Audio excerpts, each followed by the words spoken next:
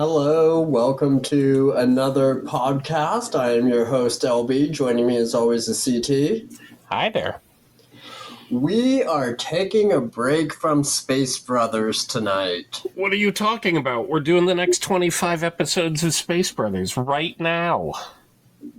Isn't that what we're doing? It's not? Hold on 1 second. I'm getting an error message on our screen. On Podcastle? Yeah, do you mind refreshing real fast? Yeah, just on that screen.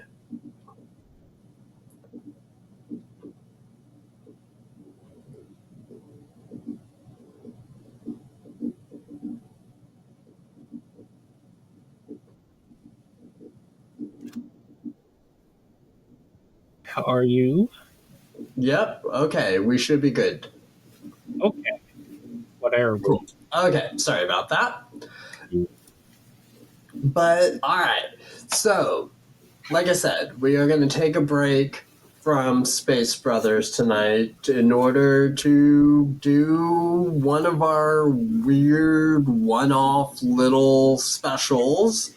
It's not quite an anime countdown, but it's also not anything else that we've ever done before. Well, it sort of counts because in Countdown, we did things like our favorite anime that starts with particular letters. Mm-hmm. So we did go through a list like that before, and this is listing them in a different order. So what we're going to be doing this time is I've recently decided to look at my Anime Planet list and get an idea of how much anime I've watched each year since I started watching anime. It turns out that 2012 was my peak year, but along those lines, I thought that it would be fun for CT and I to go through our lists and choose our favorite anime from every year that we have seen an anime from. And to be clear, not a year we were watching anime. General us chronologically, the year of anime that was broadcast or in theaters.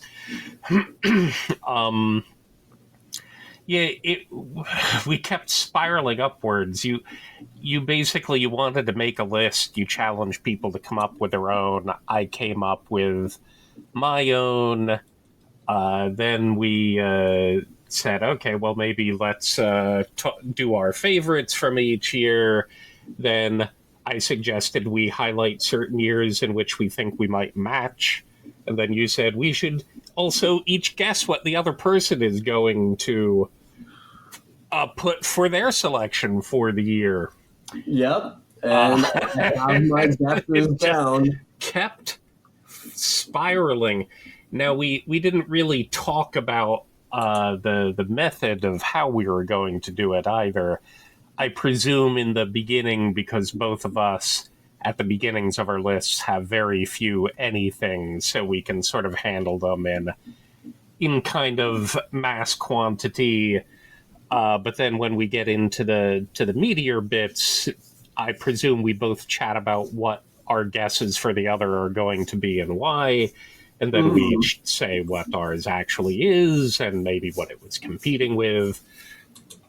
We can mention other things, and how a particular thing beat out, but we're not doing like honorable mentions and other stuff. Just throw it into the chat if it made your decision hard for a year or you have something to say. Yeah, absolutely. I am more than happy if anybody who is listening to this decides to mention if they bring up their personal lists and mention what their favorites of the year were. I am totally okay with that. We'll see if we get anybody listening to us this time. I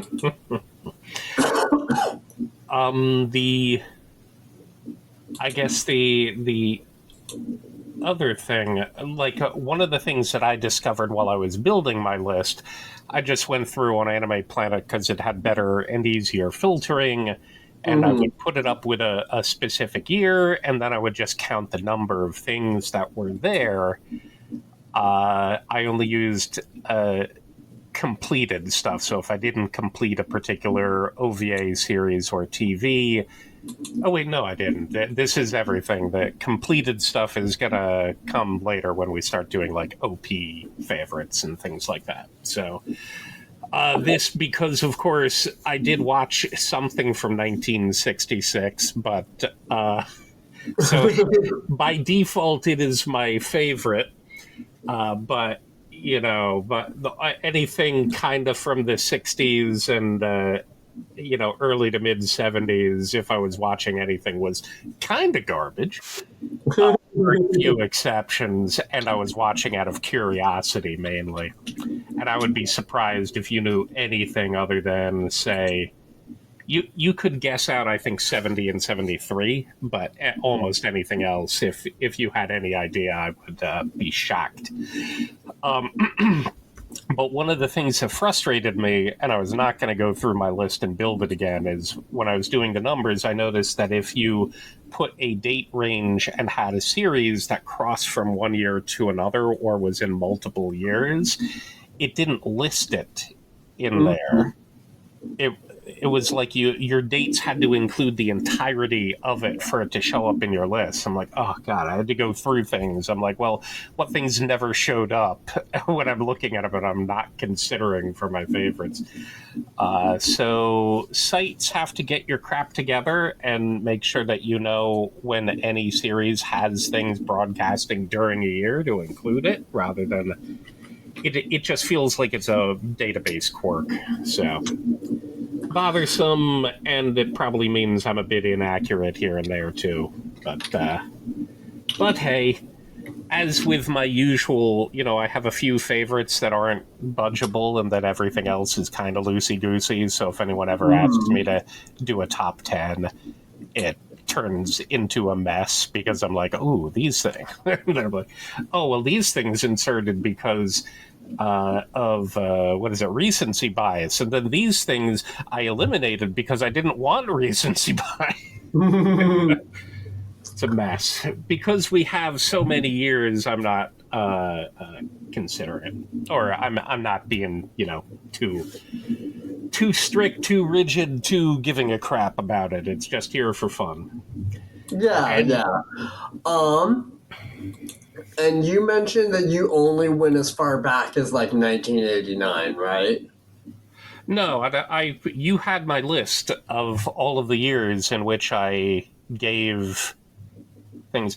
89 was when I started watching anime, so that was a key year for openings. Okay. I have everything there, but like I said, all of the early stuff will go pretty quickly. I mean, you went back to 1979. I wasn't going to not go back there. So I technically am back in 1966. But okay, well, so let me.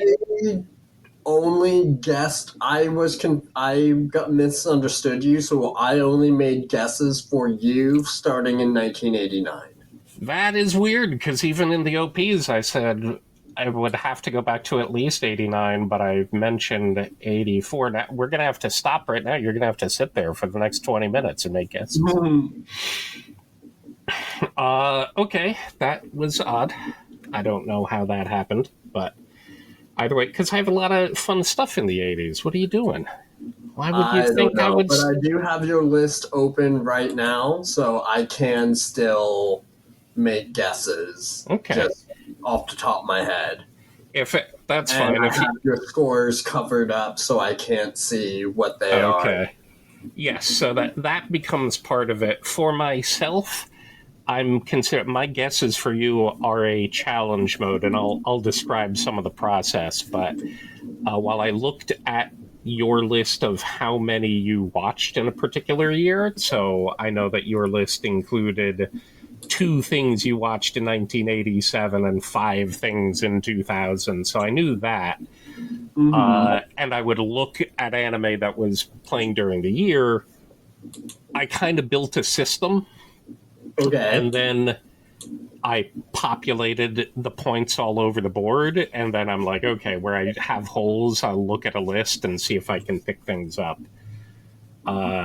So my pattern for you generally came up with, I mean, for everything from 79 through mid 90s, I'm assuming, first of all, is a movie, because other than one TV series in the 80s that I forced you to watch and you didn't like, I can't think of anything, any TV back there. And at the same time, I'm pretty sure you have very little in the modern end, because I know you're movie light. So Yeah, I that am. narrowed a bunch of things. So as well, I figured that for a lot of those early years, the things, you have 2 for 90 or 2 for 89, or rather 3 for 89 and other stuff. So I figured for a lot of that stuff, I could look at basically Ghibli things and things that are well community known, and assume you probably, those are most likely to be the things that you would both have watched and therefore probably have become your favorite in there. We'll see how well it worked. Of course, I also populated the list with anything that we've done an Expanding Horizons on, because I know what we've talked about, and I know if you recommended it for me, it's probably reasonably high, so it should at least be on my scatter list. But there are, of course, some other things that I know are general patterns. So, Girls with Guns, I know, is strong. The Force is strong for you with that one. Yes. We've had a couple Nasuverse things, so I'm not sure how much Fate may come up, but there are a number of shoujos that I know are there and strong with you. A bunch of the light novel stuff, classic light novel things, Key and other ones. So I sort of did a bunch of those, and while I was reading year list, things that I remember you having mentioned here and there and other stuff, because we've obviously podcasted about a lot and chatted about a lot. So yeah, I tried to keep things that you've said in the past in mind as well. Right. So UC, and I'm not sure how high the Onagai Teacher and Twins are for you, but I know they've come up, so I'm like, well, put them in, and then put in your usual stuff. Like I said, most thing I went Ghibli up to a certain point in which I figured you probably stopped watching them, but I figure you might have watched things past Howl, but I figured Howl was probably the end of that, and some other things. What other ones? I mean, it's just at that point general impressions that I had. So I'll explain my reasoning as we're going through more, but that's how I sort of built my my pattern. Because obviously your bulk starts in 2001, and then it hits in the next decade. It hits its peak, but there's no way I can look at 2010 and go through 34 things and develop a list. So a lot of it will simply be, oh, I know that this ranks high. I know that you recommended that to me. So I figure your favorite comes in from there. And if your favorite is actually something different, well, so much the difference. So it'll just make it more fun. Okay, so it sounds like I should just rip through my list from the beginning, because you wouldn't even bother going back and guessing anything before 79 anyway, I figure. Yeah, I don't have and I don't have anything on my list before 79, so...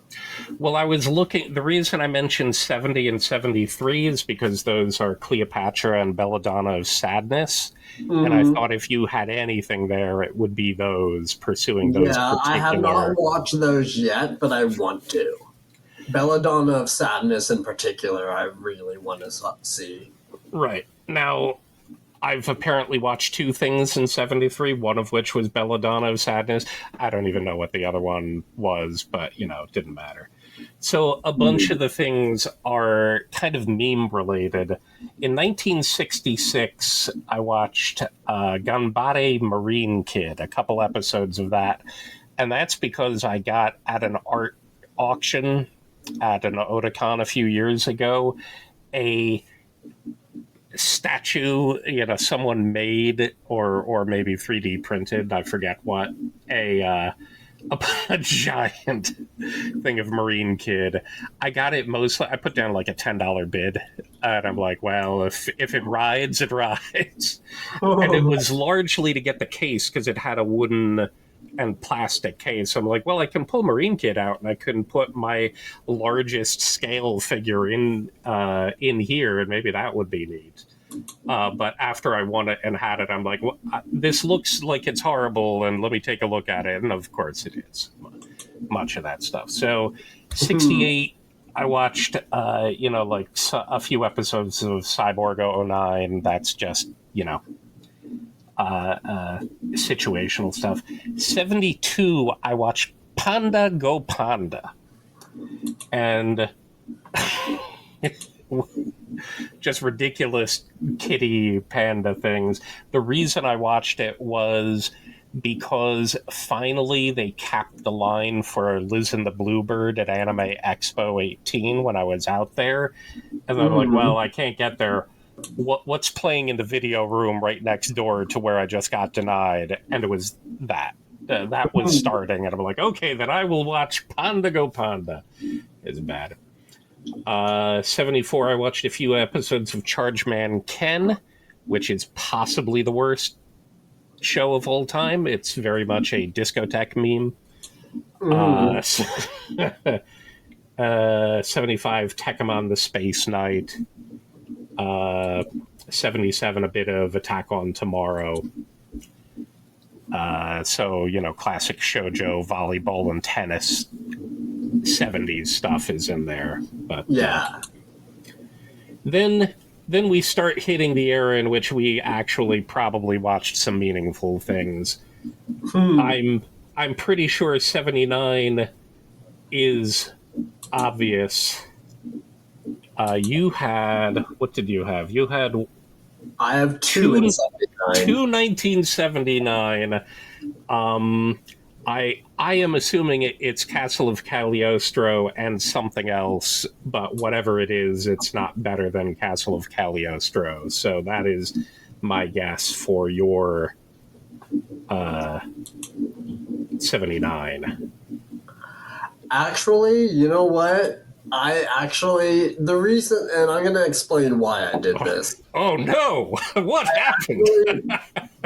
I went with Tara the Dragon Boy for 79. Here's the reason why, though. Lupin, I remember watching it. I remember vaguely enjoying it, but I don't remember anything about it. Terra the Dragon Boy, however, I actually remember things about it. So okay. That's the reason why I went with that one. I remember it starts with a really cheesy opening theme song sung by Taro and little bits here and there. But yeah, otherwise, I just don't remember anything about Lupin. So did you only watch that once, maybe twice, way back in the day? Yeah. Okay. Because a lot of, Ghibli's going to stamp its way around anyone's lists unless they watched a ton from the particular era. Of course, I've gone back to every showing of a Ghibli Fest movie in theaters since 8, 10 years ago. I've just hit every time it's in, I try to make them. So I've Oh, definitely watched that one a lot. And if you were to guess it for me, that is my 1979, of course. And I thought we were going to match on that because I couldn't imagine what else you had. Definitely, when looking at a list of 1979 anime, nothing else was like, oh, sure, he talked about that. yeah, So, like I said, I saw I saw the Castle movie once.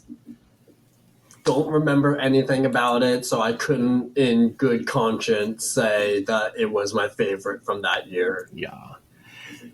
The only other things I remember from that year, there's a Galaxy Express 999 movie, and a complete not anime, but hilarious because it was back when Sanrio was doing what is it, stop motion animation. Mhm.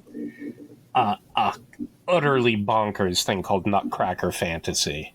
Hmm. It is amazing, and you should definitely watch it. Everyone should watch it. It is bonkers. But now, for 1980, you had only one thing on your list. So I'll just go through a few things here because 80 you have one, 82 you have one, 84 you have one. Yeah. I know we've talked at one point when we were discussing certain sports things. I know we talked about Ashtano Joe, and I know you didn't watch the TV show but did watch the movie, and I assume it's that movie from 80 that's the only thing on your list. Yep. And I did not like it. Yeah, not God, liking I hated that movie. So I'll go forward a bit, and then we'll see if my guesses match up with your early '80s stuff, and then you can Okay. roll back and make any guesses you want for me because I technically have one per year. 82, I'm assuming is Arcadia of My Youth because that's the only prominent enough thing in 82 that I think you might have watched.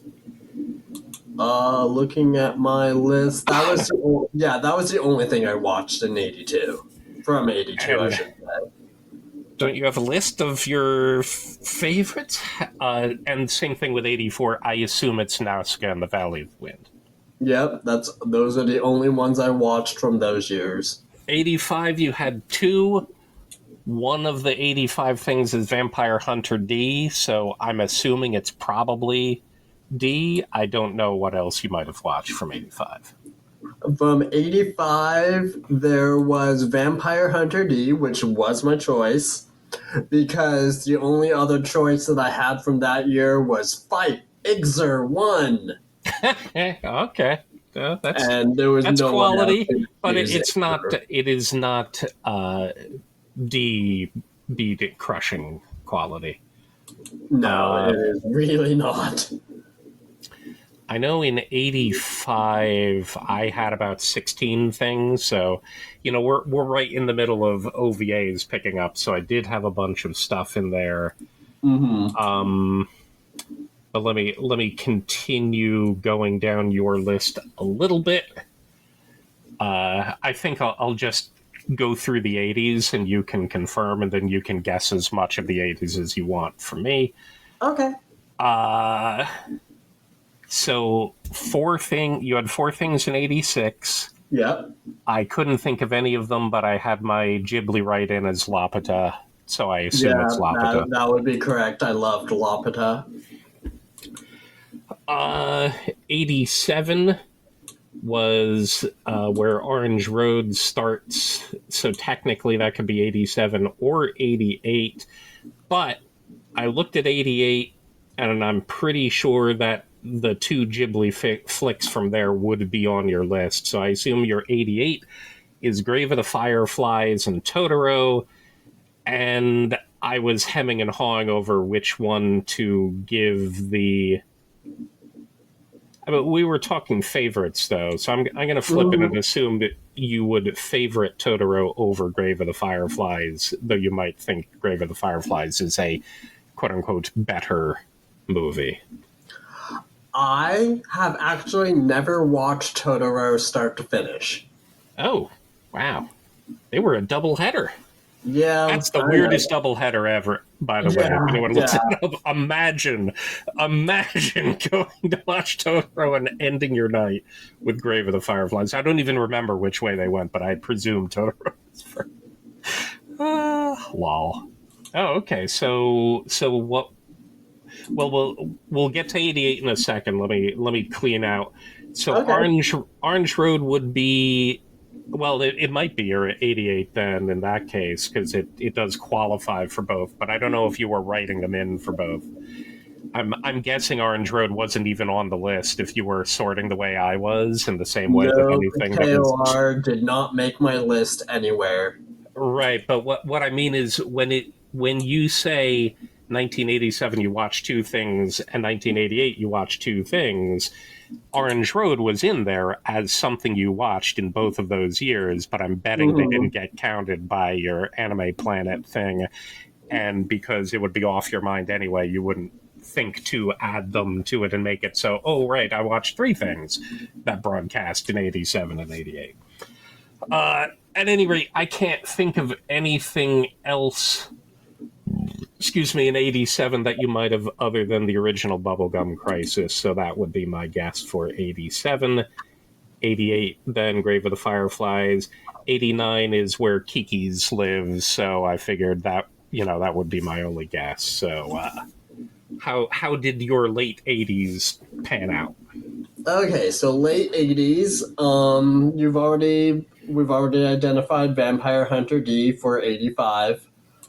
86 is Laputa.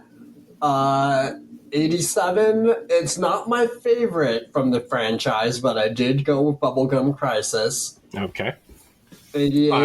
I know you. I definitely marked down 2040 because when I thought about Bubblegum Crisis, I'm like, oh, I know he loves 2040 later, so let me make sure to put that on my list to count it for later on. 88 is Grave of the Fireflies, and 89 is Kiki's Delivery Service. Okay. So those, because you have so few things there, it seems like an easy way to put it together. What was the other thing you were considering in 88 then? In 88, let me look at my list real fast. Yeah. The only ones that I have for 88 is Grave of the Fireflies and Akira. Okay, right. Oh, Jesus. How did I not? Okay, process Akira in there. So, you know what? Honestly, it's because once I realized Fireflies and Totoro was there, I just stopped counting. You had two things. I'm like, well, it's got to be these. I didn't even process Akira. So okay, so I started guessing for you starting in 1989, but let me go through your 80s and see if I can make some guesses here. Yeah, now for folks at home, my 80s are not as scant in the early one, but I only had 3 things for 1980, 2 things for 81, 6 things for 82. So my early ones don't have a whole lot either. But you can, if you want to skim through them and make guesses, and otherwise we'll just toss it out. For 1980, you have 3 completed. Yeah. And I'm guessing that since you watched both the TV special and the movie, that Galaxy Express 999. Yes, I had. That's the Eternal Traveler Emeraldus. So yeah. that was my 80. Okay, so 81. I'm not going to say Urusei Yatsura because I have that down later. So I'm going to go with Unico. It is Unico in 81. Cool. Let's see, 1982, you have a few here. Let's see. I'm going to cross off Space Adventure Cobra because that's nobody's favorite.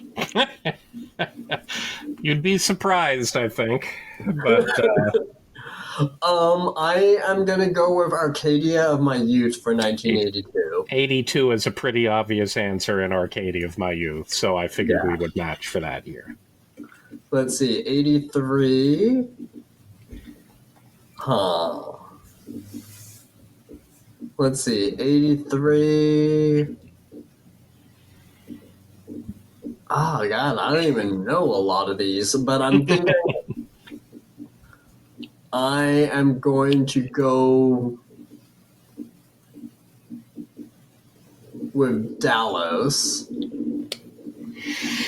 Dallos, also known as basically the first OVA, Mhm. is bad. I didn't even think I had that on completed, but I guess I must Oh, have at some point. No, I don't like Dallas much at all. It's very okay, bad. okay. No, I mean there weren't a lot. Just for folks at home, I had only 9 things in the 80s. Again, these might be somewhat inaccurate, but it gives you an idea. It's not a lot. I went with the Crusher Joe movie, Okay, okay. which 84 for me was very hard. Let's see, 84. Let me look at your list again. Okay, so 84. Let's see, Nausicaa, Glass Mask. And I have 8 things listed under 84. Yeah. I think I will go with Nausicaa for 84. So I thought you might have, thrown the. Well, actually, no, you couldn't have because you weren't ranking my mid 80s before. Because the Urusei Yatsura movie 2, Beautiful Dreamer, is in there. And that Okay. is, of course, delightful and the best experience you can have. You need a little bit to acclimate yourself to luminous, but otherwise, Mhm. Beautiful Dreamer is great. One of the most foundational things, Macross Do You Remember Love, is on that year. That's massive for me. But yes, it is. It is not my. I have things split out in favorite Ghibli, Uh-huh. best Ghibli, best Miyazaki, and favorite Miyazaki. Because of the way it goes, and yes, it is my favorite Miyazaki, which is Nausicaa, the Valley of the Wind. Okay, and you have a bunch for 85. And as a reminder, this is what, for me, basically in either 89 or 90, which is when I would have been started watching it. Nausicaa won the sub V dub war for me Hmm. because I experienced Warriors of the Wind, that horrible dub, that legendarily bad, with probably apocryphal stories about Miyazaki with regarding it, but it was such a bad thing. I just watched the movie raw. I saw how much they were cutting for the movie. I was like, scenes are there because I watched the raw Valley of the Wind. That all of those Do You Remember Love was back when I didn't even have the ability to get subtitled stuff. So Hmm. it was all raw, and I was watching that. And once I saw Warriors of the Wind, and I could, rent it from Blockbuster, that was one of those that you could get back in the Akira and Fist of the North Star days. You could run across that. I'm like, oh, that's neat. And I watched them sort of side by side to compare, and I'm like, oh god, it's cutting great scenes. The acting is horrible. I hate dubs. I hate them forever. And like that imprint has stayed with me for quite a long time. But all right, I went through the rest. So 85. So 85 is easy. That one is touch. That is not touch. It is not touch. It was Oh, definitely not surprising. touch.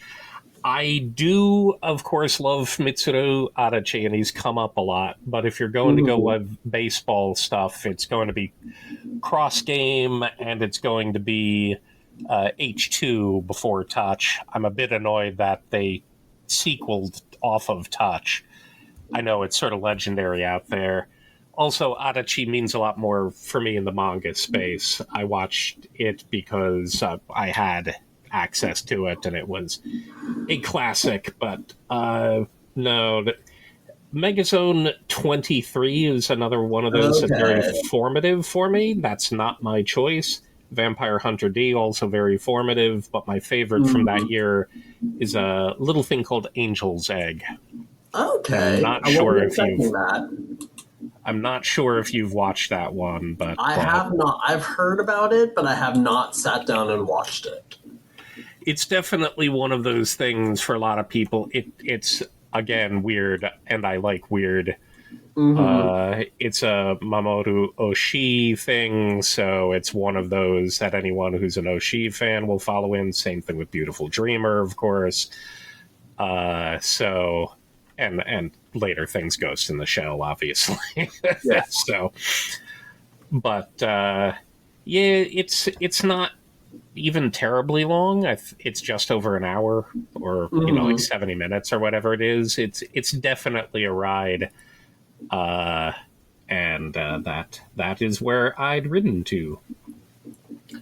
All right. So 86. I'm looking at your list. I am torn between either Laputa or Project A-ko. I thought you had insight to me, but when you said project, and I'll explain why in a moment. This was also a very tough year. Laputa, of course, is very strong. Gray Digital Target was on my first disc, so it's one of those things I watched so many times back in the day. And honestly, if it ever had a modern adaptation or translation, it would improve its lot in life. But I don't. Hardly anyone knows Gray Digital Target. One of my favorites, They Were 11, happened that year, but that didn't make it. There was a project that beats it, but for me, that's Dirty Pear's movie, Project Eden. Okay. It is my favorite because it is the most 80s anime thing possible. I mean, the whole concept of Dirty Pair and other stuff, it sort of plays tag with so many tropes and so many things people believed about anime at the time. It's basically filled with like music videos and other stuff. The climax song Over the Top was one of those things that I would record to a mixtape and play when I was in the ski club in high school. I would play at the top of a slope and time my run for the entirety of the song so that I'd hit a jump right at the very end of it. It is one of those that if you count as guilty pleasure, I don't think it's really a guilty pleasure, but it's a guilty 10 for me. It is a masterpiece that I am like, well, it's not a masterpiece in the way that you might say Spirited Away is, but yet, and yet, for me, it is a masterpiece. So. All right. So 87. I am going to go with City Hunter as your pick for that year. Ooh, did that have a movie, or did that... TV series.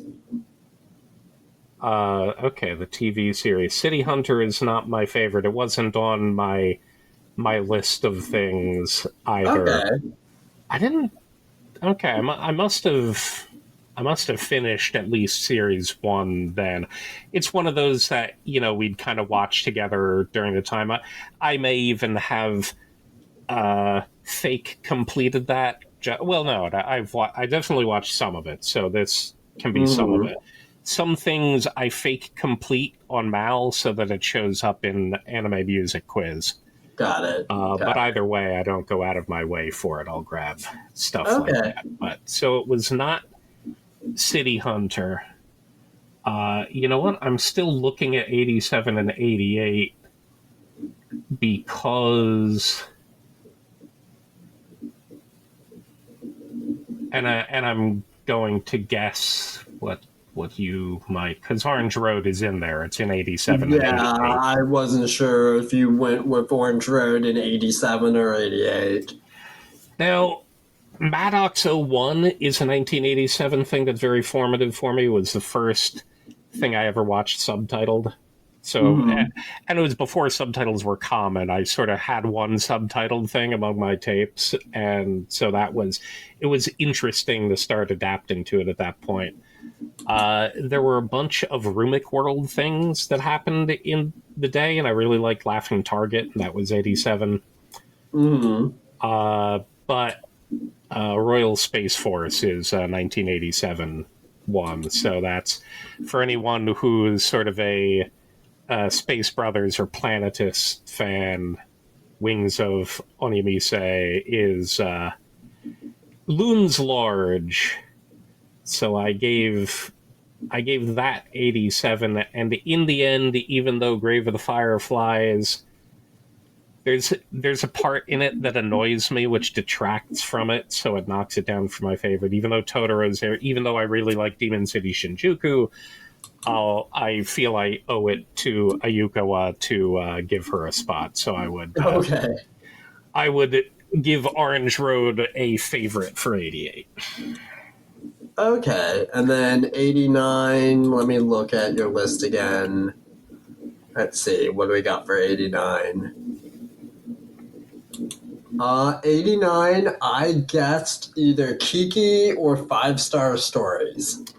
That's a good one. I hadn't put 5-star stories on the list, but that is strong. Venus Wars was one of those for me that was very strong, but no, I hit Kiki's because Kiki's is great. So Cool. not shockingly. Yeah. So now we enter the 90s, and you're Yeah. still fairly low. So I figured, do you want me to do my guesses for you up through 95, and then you read into 95 and do the same on mine, and then we'll start going year by year after that? Sure, sounds good. Okay. 90. There were of two things you had on your Yes. possible list, which is Yes. not a lot. I mean, I only have 9, but 2 is restrictive. One of them we did for our anime noobs, and so I know you watched Lotus, and I think you probably have a stronger connection to the Lotus TV series, but that's 98, and I know what 98 should belong to for you, so I put Lotus for you in 90. Yep, Uh, that would be correct. 91, honestly, I put Only Yesterday in there because it was a Ghibli thing, and I couldn't think of anything else you might have watched in 91, so that's my guess. Yeah, that would be correct as well. It's kind of the same thing with 92. Well, I'll give you my reasoning here. 92 is sort of the obvious starting for people who may have gone into Sailor Moon, and we start having actual TV shows, but I'm pretty sure that you would not pick a Sailor Moon year until Neptune was in it. So Sailor Moon R is 93, and that therefore I know that we did things that involved the Tenchibuyo OVAs, so that's the only thing I could think for you for 92. Yeah, I couldn't pick the first season of Sailor Moon. Right. It's not great anyway. It definitely gets better with R, but I know of your Neptune love, so I figured that would be traitorous to pick Sailor Moon prior to R. Yes. 94, I had no idea, so I went with one of the only things I could think of, which is prominent among communities. Did you skip over 93? No, 93 was when I guessed Sailor Moon for you, Sailor Moon R. Oh, okay. Now, that may be incorrect. You may have put Sailor Moon elsewhere, but Lotus for 90, Only Yesterday 91, Tenchi Muyo 92, Sailor Moon R 93. Obviously, you could put Sailor Moon further down, but I was assuming it would be 93, so in 94, I put in the Street Fighter 2 movie, because that's popular and weird, and I couldn't think of anything else. Uh, Mhm. because El Hazard didn't start until 95 and Whisper of the Heart is in 95. I think, again, El Hazard is one of those things where you're more connected with a TV show, but again, that's 1998, so it wasn't going to happen. So I Mhm. feel like you gave it to El Hazard over Whisper of the Heart just to give. I feel like El Hazard comes up a lot, so I feel like you would want to give it a position. So that's my guess for your 95. 90. Okay, so you were wrong on a couple of them. No! Let's see. So 91, you were right. It was only yesterday. 92, you were right. It was Tenchi Muyo. 93, I actually went with Captain Tyler. Oh, wow. I would. Yeah, I was 90, thinking. I mean, it's definitely on my list. I was thinking that, and I know you love that, but again, my assumption for Neptune overrode. But maybe you put that in for the next year, and that would I make sense. actually did. I put Sailor Moon S for 94. Okay. And Neptune then isn't 95, introduced, but is in it, so therefore, that's fine. yeah. So Sailor Moon S was the one that I really first started watching with Sailor Moon on the Toonami block in the afternoons. Ah, I had nice. I had caught a little bit of Sailor Moon and Sailor Moon R, but Sailor Moon S was the first season that really kind of hooked me Lucky you! You got to start with Chibiusa. That's great. in. Great. Excuse me. Mm-hmm. And then 95, you're gonna hate me, but 95, I actually went with Wedding Peach. Okay, that is a bit deserved of hatred there. Did you have Whisper of the Heart and El Hazard on your list though? I hold on, let me double check. Just I curious. didn't have Whisper of the Heart, and El Hazard gets chosen later on. Oh, and now I may be out the years, but when we hit, around 98, we'll chat. Mm, okay, Um, so, all right. So what have you have down guess wise for my early to mid 90s? so early to mid 90s. So 1991, I took a look Yeah, we around we start with and 1990. 90, excuse me. Sorry. 1990, I went with Lodos War. Okay. Let's see. Let me pull up my list again. So yeah, 1990, I went with Lodos War. 91, again, took a look around, did some thinking, and I chose Otaku no Video. Aha. 92, I chose Porco Rosso for you. Okay.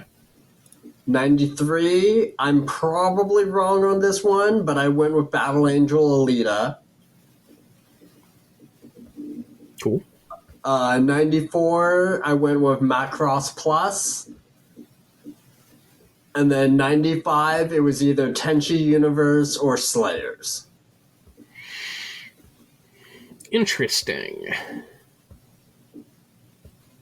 Okay. Going through now in 90 I had a few things.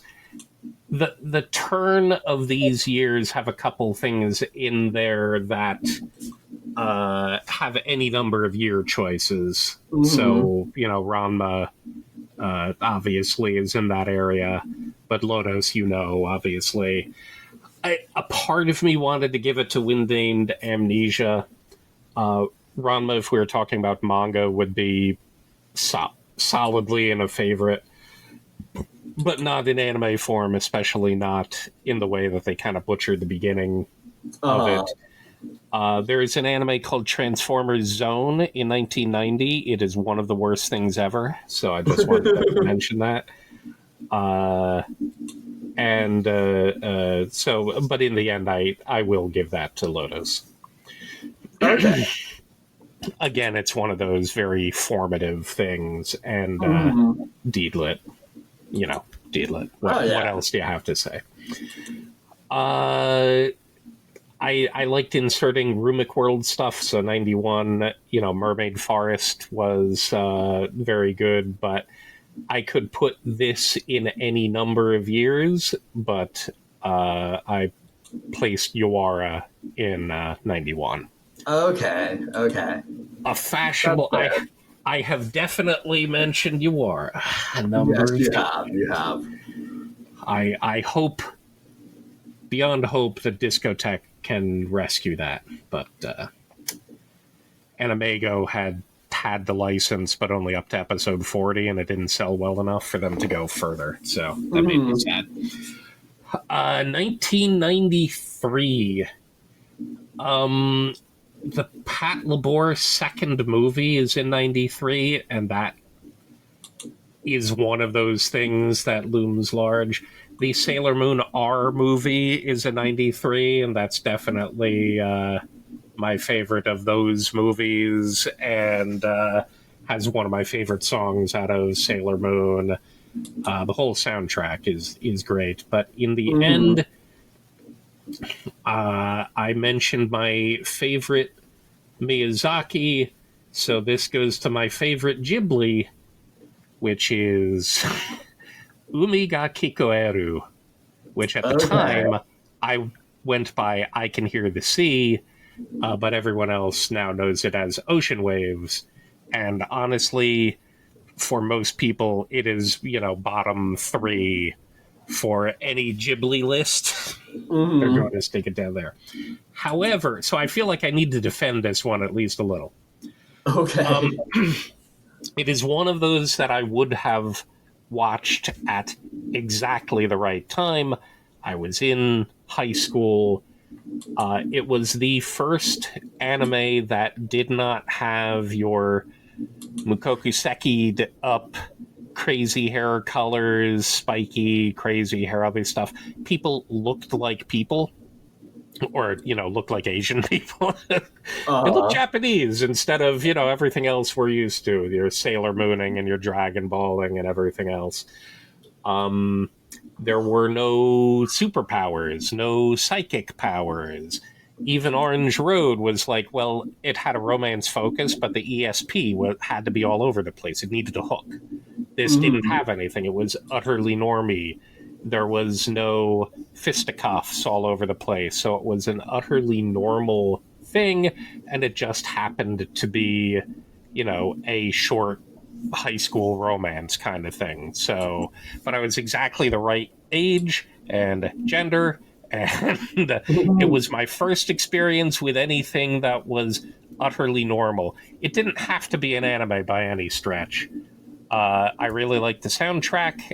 Later on, I could appreciate that it was the kind of thing where Ghibli was giving opportunities to young staffers of all sorts up and down the production. So it's interesting. And it just, because of when I watched it and how often I ended up watching it, it is sat there. And it's not fighting with much.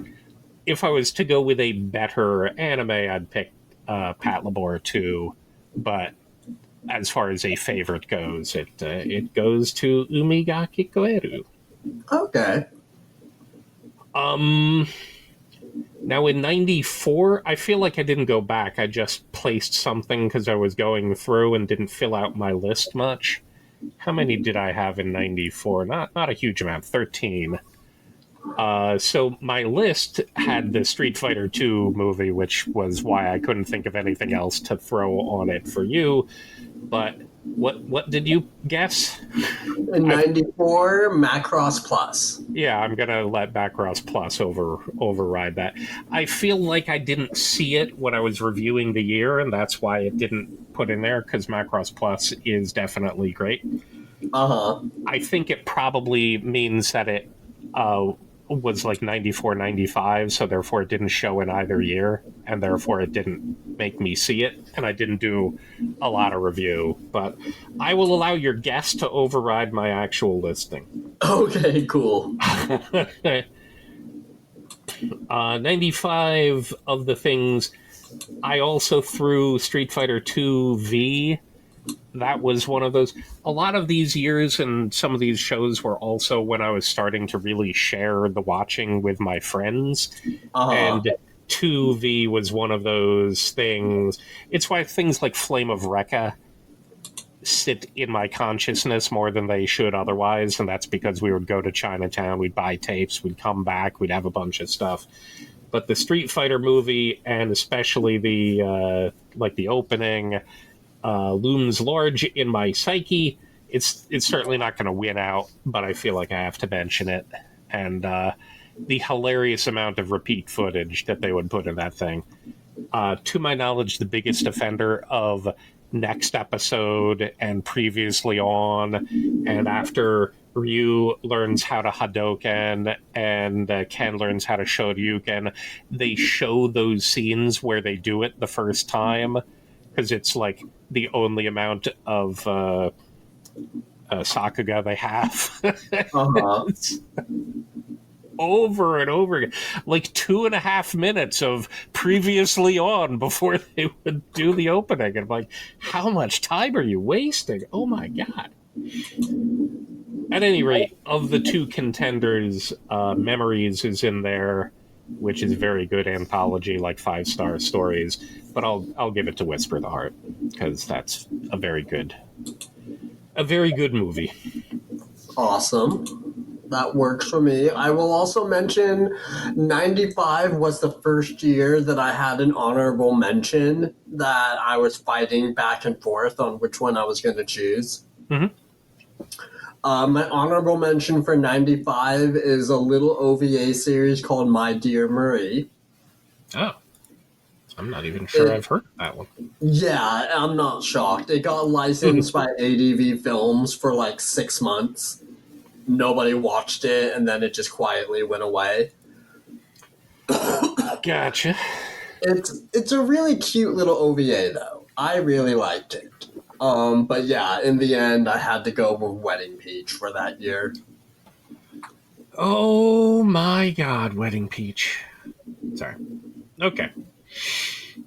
As long as you don't put Peach Girl anywhere on this list. I don't even know if it has an anime, but man, do I hate that.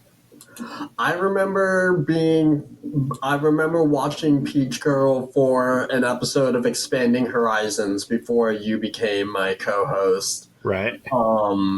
And I remember thinking that the best friend character in that series was like comic book levels of villainous.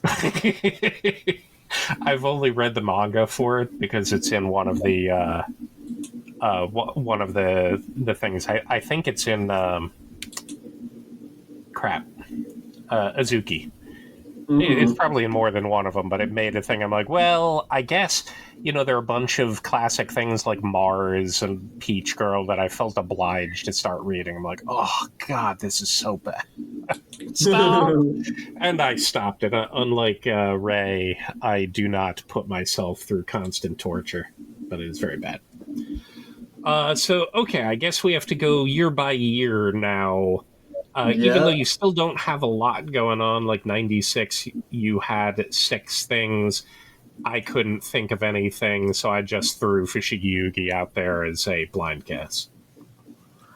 For 96, I actually accidentally cheated. Okay. Because I know our rule was we could only choose a series once. Yeah. I forgot about that, so I put down Sailor Stars for 96. Oh, okay. Well, So that's fine. If it chose Sailor Moon twice. Sorry. if you I mean, you could, for instance, which years did Evangelion run over? I don't remember. I'd have to I know you double check. recently rewatched it. I'm not sure where it is on your favoritism. It started in 95. So, yeah, right. It could be 95, 96, Mm-hmm. and the movies were 97. Yeah. So yeah, I ended up going with Sailor Stars. Okay. And then my guess for you in 96, I know that you have a soft spot for good shoujo, so I went with Escaflowne. Excellent. Yes, that is mine. I put down Escaflowne for 96 and just went on. I'm like, I'm not even going to look at other stuff. Escaflowne takes. So, and I know you've watched Escaflowne, but I know you didn't complete Escaflowne. I'm like, well, Yeah. even if I have no other guess for 96 of things I know you've watched, I can't see you making it your favorite if you No, I if you didn't. stopped before the end. I did So, not make Escaflowne my favorite. ah well. So what are we? We're on 97. So Yes. this one this one felt a little hard for we're starting to get into some of the things where I was doing strategic placement all over the place. So for Mm. instance, Sakura Wars, there was a thing in 97, but of other things that I know you would have gone through and I know are formative, I'm like, well, there's a better hole for me to throw that out as a guess later, so I'll save it for then. Princess Mononoke obviously is 97. That was on my list. Miku is 97. I figure that's probably the kind of thing you would have been watching when you're picking things up. But I know you have a raging whatever you rage for battle athletes, and I know you dislike anything past the first battle athlete, so I let them be my guess for your 97. Yes, 97 is Battle Athletes, but specifically the TV series. The TV series Battle Right. Athletes Victory, because the OVA series is bad. The Right, I OVA remember there was the series one is battle athletes and nothing else. so I had to go with Battle Athletes Victory for 97. Okay. My guess for you in 97 was hard. There were quite a few different choices I could have gone with. I'm probably wrong about my choice, but I went with Boys Over Flowers, the movie. Oh wow. You have no concept of what that movie was either, which is hilarious. I haven't seen it, but I have heard good things Right. about Boys Before Flowers. So That's one of those things again, it's kind of weird. Yeah, it's some classic. It's the most shojo that ever did shojo. That's the way yeah, I explain it. Really, just the original series, and for me, it's more manga than anime, but it was there. I love the opening, but God, the opening is so good. But no, that was not there. Every okay. time I watch Princess Mononoke again, I like it more. So that takes my 97 without Okay, a I contest. That really was one don't of those things where I just saw it and I didn't even consider anything else. I'm like, Mhm. nothing is gonna top Mononoke Hime for me. Yeah, I should have said that, but oh well. I, I think that it's got my favorite of like iconic scenes.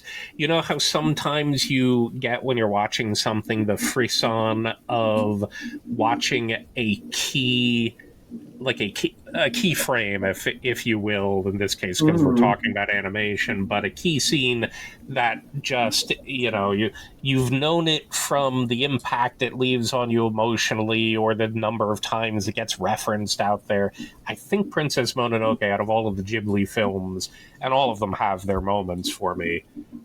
The strongest is probably in Nausicaa, the God Warrior zapping the line of Omu, which was Mhm. animated by Oshii. Uh, but it, or sorry, but I feel like Princess Mononoke has the most times that it happens for me. It's just so good. Not gonna argue too much with that.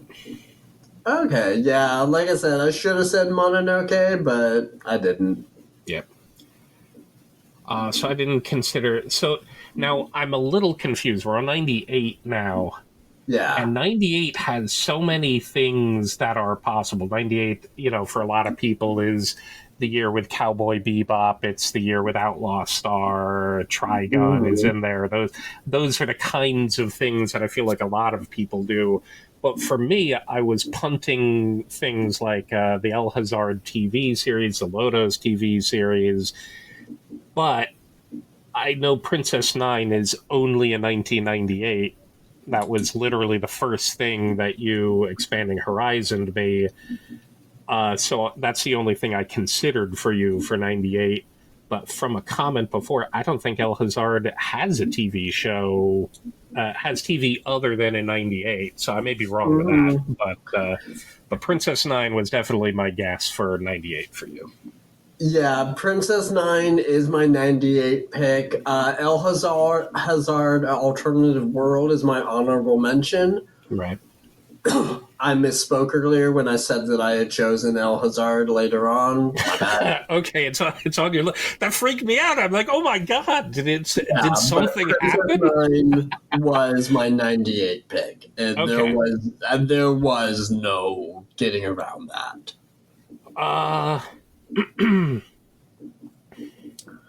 And then yes, my what? guess for you in 98, it's kind of a normie pick, but I decided to go with Cowboy Bebop for you. There was no question of what would take 98 for me, and that's Perfect Blue. Okay. It is an astonishing movie, front to back. So, yeah, that was the other thing. Yes, of course, Bebop is one of those very strong things. I think I could even kick it into another year, but goddamn, did Satoshi Kon come out of the gate swinging to a sort of astonishing degree with that. So yeah. I saw my Perfect Blue in the theaters just like a year ago. Yep. Yeah, exactly. So did I the first time I could watch it in theaters, and it is good stuff. I agree. It was very good stuff, and I was surprised that, and I really enjoyed it. I especially enjoyed watching it in the theater with my Hinge. We all had a great time because my girlfriend absolutely loves Cone. So right. Well, that's good. Good taste then. So, so my 99 guesses for you, there were a number of them that I was pretty sure would conceivably rank, but only two that I think might place. I feel like probably you picked up Two Heart, and that's, I think 99 is the only year for that. I know we've talked about Now and Then, Here and There a bunch, so that felt like something that could compete. I wasn't sure about Great Teacher Onizuka, but it was there. For me, though, I assume, and this may decide where I stick it, but Excel Saga could be 99 or 2000, but Bubblegum Crisis 2040 can only be 99, as I recall. So I figure, even though it's like you gave a slot to Bubblegum Crisis before, so would you put Excel Saga and let it go? But I feel like you need to rep 2040, so that is my guess for your 99. I actually went with Excel Saga. Okay, not 2040. Not shocking. 2040 is good. I love it. But when thinking back on series that I have revisited over the years and have gone back to multiple times, Excel Saga just wins out. Right. My honorable mention was Now and Then, Here and There. Okay. I still think that's an amazing show that more people need to watch. However, the dark themes of it, I couldn't make it my top pick of the year. Gotcha. Yeah, well, I'm not afraid to dark theme things up. Sometimes, I mean, Perfect Blue has some very dark themes. Yeah, I get you. In terms of my guess for you for 1999, again, I'm probably wrong on this one, and that's okay. But I went with GTO for you. I wrote down Excel Saga, and I wrote down nothing else. So, Okay. absolutely adore Excel Saga, as you can fully well understand. So, Yes, Excel Saga is just I'm a big pile of wonderful. I have 14 things for 99 that I know of to your 10, so we have a reasonable amount during that year. I don't even remember what else was on my list, and I feel like I was probably missing some things. Like Bebop should show up in 99, but I didn't pick it for 98 or 99. So, Hmm. okay. 2000, I was thinking you might bump Excel Saga there to rep something else. Now that it's out of the equation, the only possible guess of the 5 things you said you had watched, that's where I stuck Sakura Wars. And you would be right. Sakura Wars was a pivotal series for me when I was first getting into my otaku phase. I still have memories of being in my bedroom.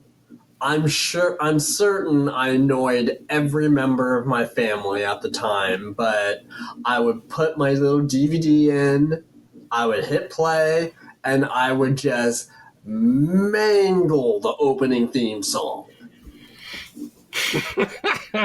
Understandable. That is definitely a classic. Yeah, OP. and it's a bop of a theme song, so you can't It's very really boppy. blame me. But The, yeah, the only other thing I could think you'd even watched would have been Love Hina, and I'm like, I'm sure there are a lot of us that have more fondness for Love Hina than we should probably admit, but there was no way I figured you would fave it for a year.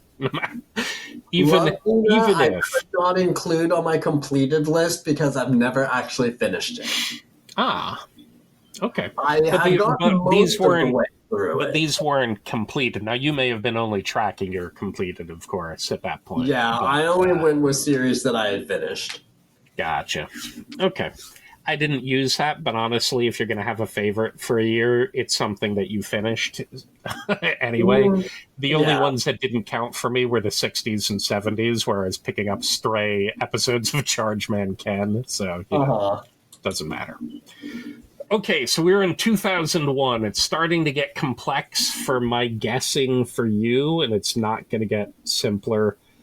I forget which year is crazy. I think 2015 and 2016 is going to be the most insane, but all of them start getting bad. But okay, Yeah. This is where it starts getting hard. it's getting real hard.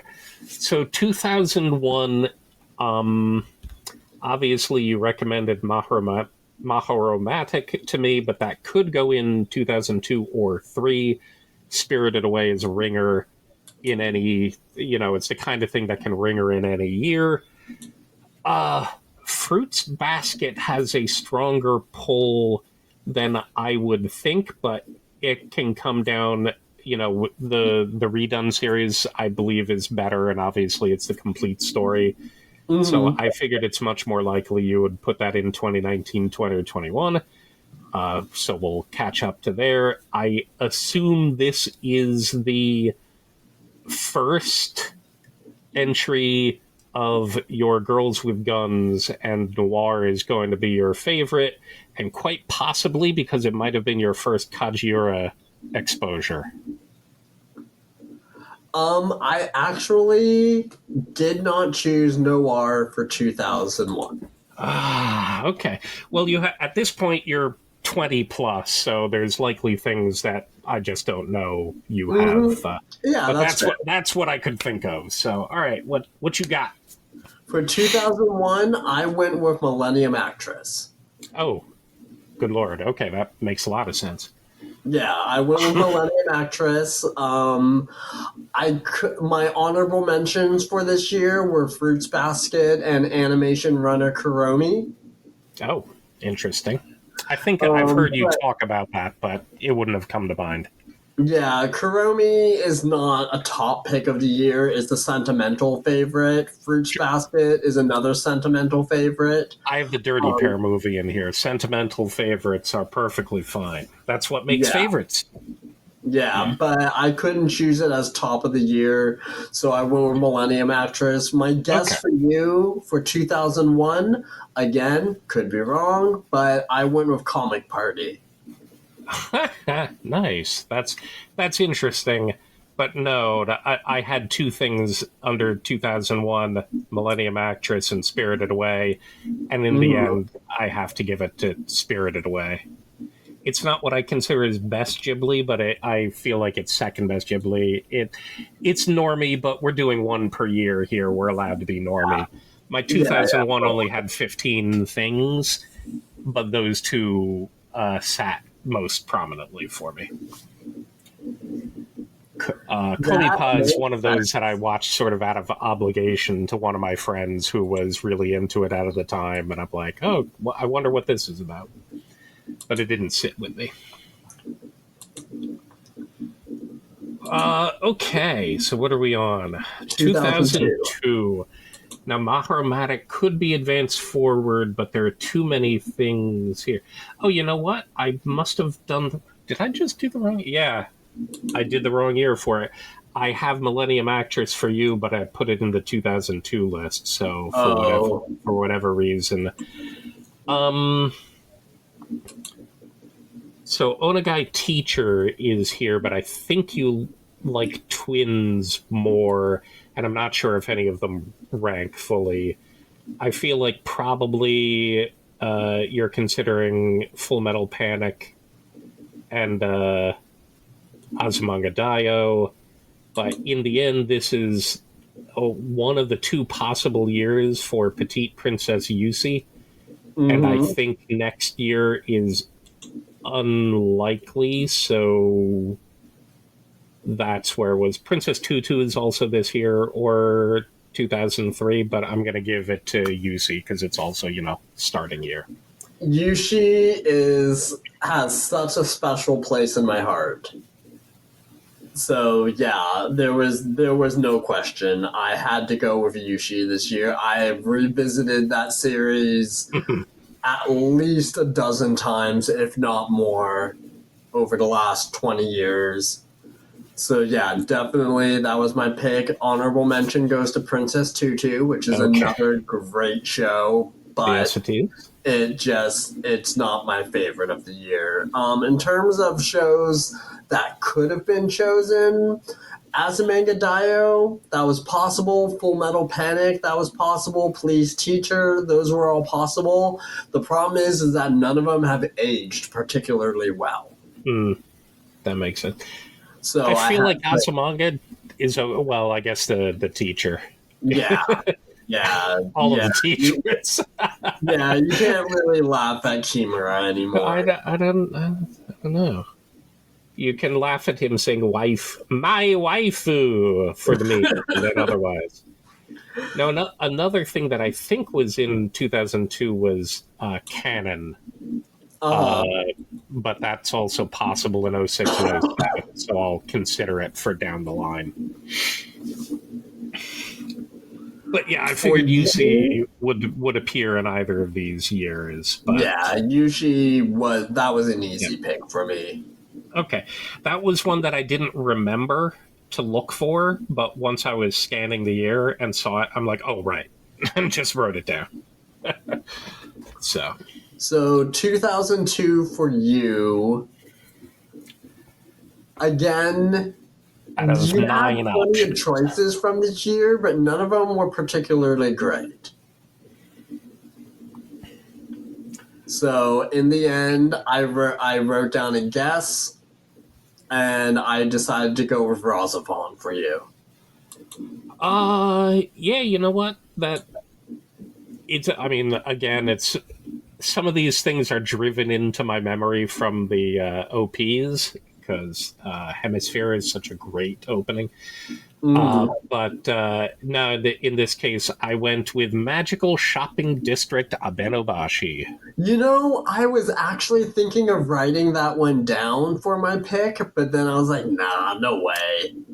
That's a no way.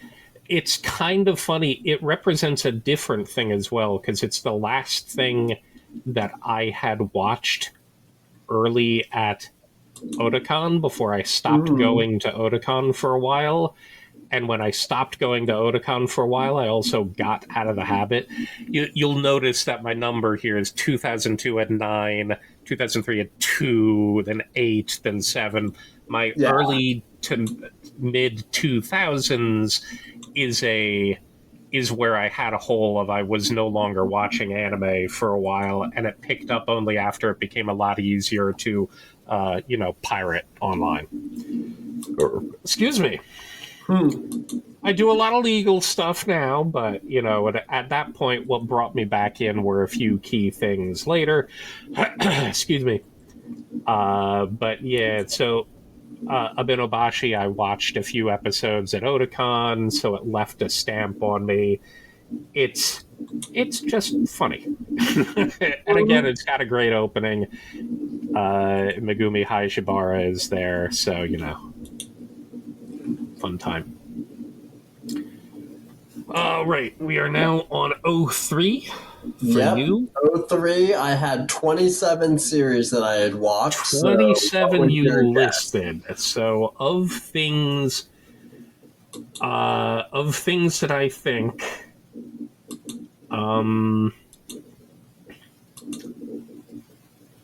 let's see, Please Twins was there, Full Metal Alchemist is there, but could spill into more years.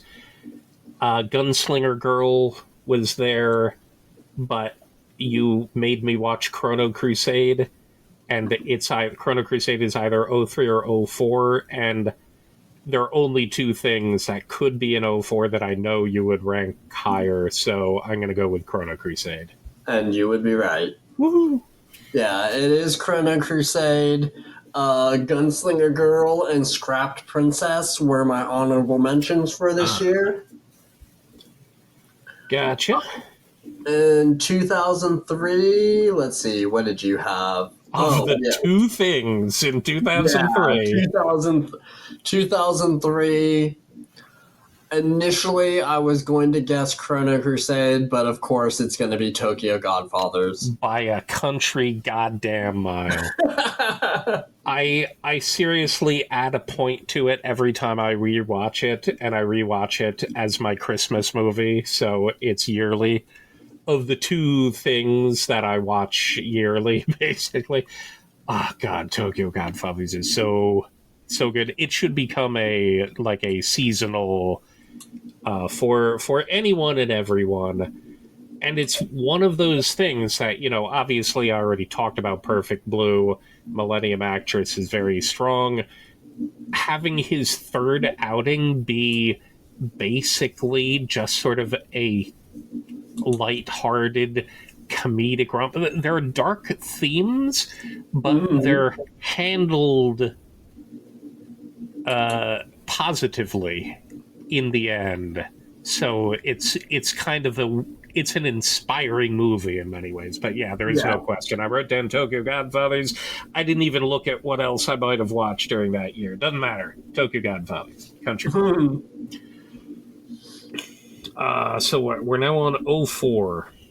There are only two things that I assumed you would go with, and that's Madlax or Portrait de Petite Cosette. I'm pretty sure Madlax is your top tier girls with guns, so I'm giving it to Madlax.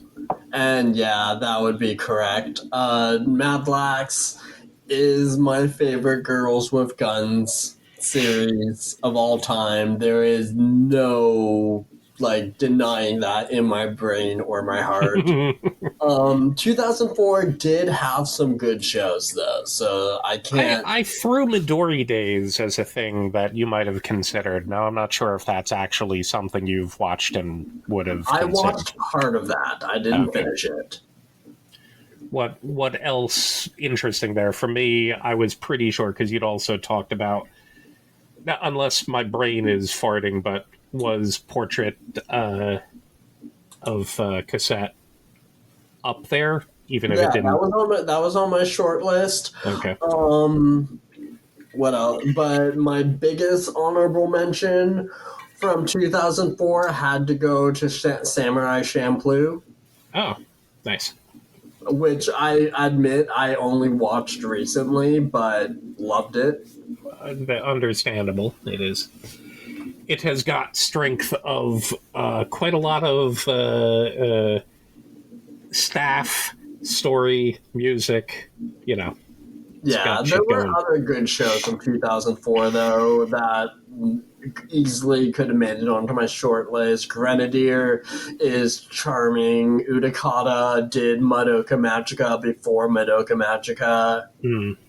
Girl Power was a fun little OVA about a trio of girls, including one of them who's deaf.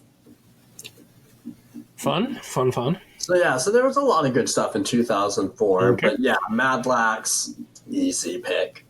I had 8 things that were on my '04 list. So what did you go for? I guessed I had two choices. I either decided it was either going to be School Rumble, which you recommended to me once, or it was going to be Genshiken. Genshiken was on my list.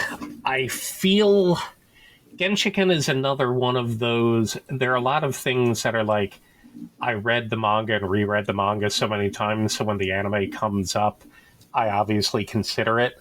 But in the end, I'm like, yeah, but I read the manga a lot. I didn't watch the anime a lot.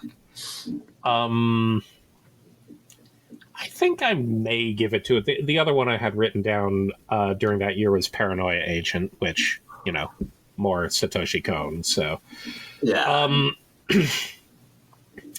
I honestly, I think it doesn't matter a whole lot between the two of them. I'd probably, in my heart of hearts, give it to Paranoia Agent, but Okay. Genshiken is a good pull. So, what did you have in 05? 2005, I watched 20 series. 20 series. So this had a number. I thought it had a number of things like Air was this year. I'm not. See, those. I wrote down a lot of times some of the light novel adaptations, but I don't necessarily know which ones you've either watched or liked a lot. Honey and Clover was an option for 05 or 06. Mushishi 05, 06, or 14. 06 is, definitely. 06, I think, is the craziest year for you. So Yeah. anything touching 6 is right out. I feel like you might have given it to Emma. So that'll be my guess, is Emma. Emma is a very good pick because I really, really liked that show. However, if I'm thinking back on 2005 and I'm thinking back on shows that I have watched and rewatched, I have to give it to Hellgirl. Oh, you know what? I should have looked for what years Hellgirl qualified for, because that's the other problem. Hellgirl could be almost any goddamn thing. Yeah, Hellgirl. Emphasis for most shows is usually year of first broadcast, because that leaves the biggest imprint. Unless there was a reason like Sailor Moon to delay it a bit. But no, that makes sense. I know you got a Hellgirl thing going on. Yeah, I do have a Hellgirl thing. I did not remember that one to put it in, and I guess I didn't see it. Probably it was one of those things that when I was filtering all anime by year, just didn't show up. So it's so annoying. I can't believe for you in 2005, I had to go with either Emma or Mushishi, but I couldn't pick which one. Let's see. Mushishi was, what did I write next to it? Excuse me, 05, 06, or 2014. I may override it. I feel like, because I didn't write Mushishi on my list and I should have. It was down in the considerations for you. What I had was Bludgeoning Angel Dokuro-chan. Really? Which was on my list because that was after my gap years. That was the first thing. Like Ray posted it on his message board, which I was a part of. So that was the first anime I'd watched in years. So it holds a weird place in my heart. It's very funny. That's actually a little surprising to me. I like Die Buster quite a lot, especially the ending, and that could be 4, 5, or 06. But if I were considering Mushishi, 05 is the year that I would slot it in. So I will let your guess override what I had on my list, in fact. Okay. But yeah, so that mostly Bludgeoning Angel is there to just talk about it. I wouldn't, even though I only had 7 things during this year, that wouldn't rank for it. And again, I feel like, all of these years I was listing through, and I feel I searched out Mushishi for you, but I didn't see it when I was doing the per year treatment for me, so it didn't get on my list and got in yours, and I didn't do the reverse application and throw it back above. So, okay, Nightmare Year. Nightmare Year 2006. 2006, I had 32 that year. 32 listed for that year. The reason that, and I think all of these posted, the reason that it is such a nightmare is 3 of your Expanding Horizon picks were from this year. Yes. I don't think you would favorite Coyote Ragtime Show or Black Lagoon, but they were both there. I know that Dean Stay Night is 06, so that's the first time you would have been introduced to Rin, but this isn't her arc, so if I'm going to put it anywhere, I'm going to do Unlimited Blade Works further down the line. Nana could have been 06 or 07. Higurashi can be 06 or 07, but I'm pretty sure nothing would top Ouran High School Host Club for you, so that's my guess. Ouran High School Host Club is on my list as an honorable mention, but it is not my top pick. Then Higurashi? No. Oh, wow. Did I miss something in here? Black Lagoon. Oh, okay. Black Lagoon it's another show that I have gone back to many, many, many times over the years.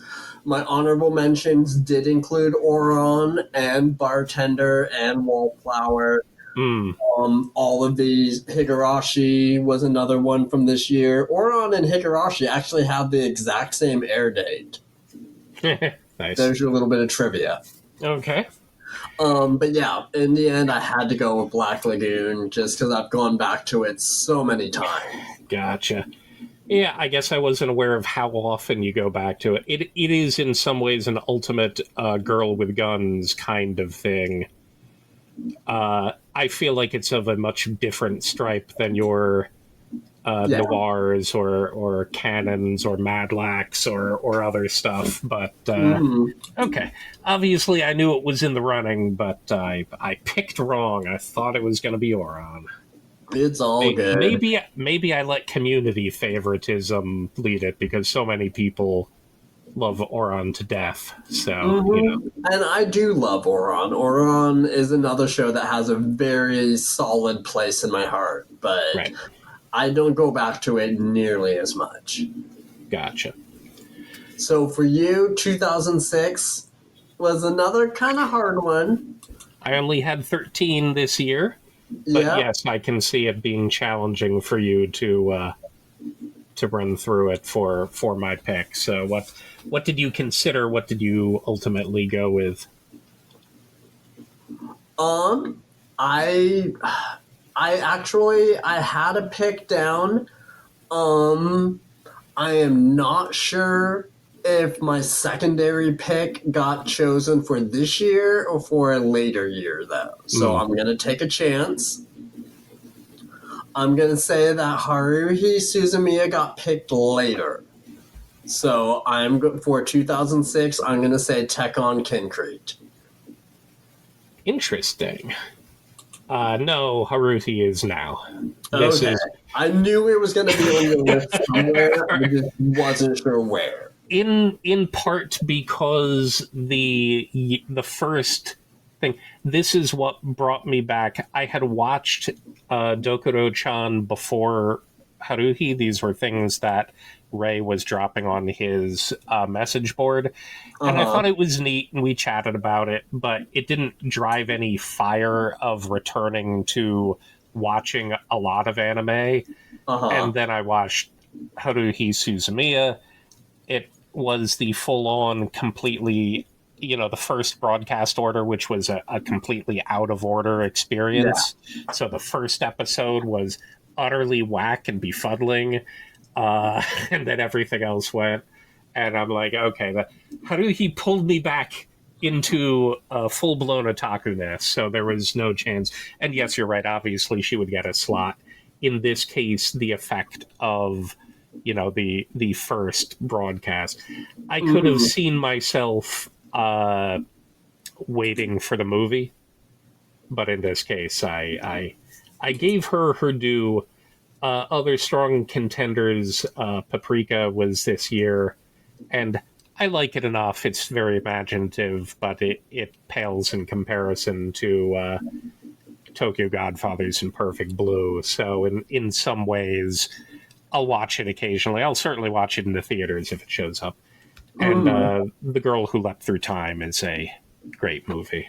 I If you, haven't seen that movie in so many years. I remember really liking it. it's the first thing that brings Hosoda to fame.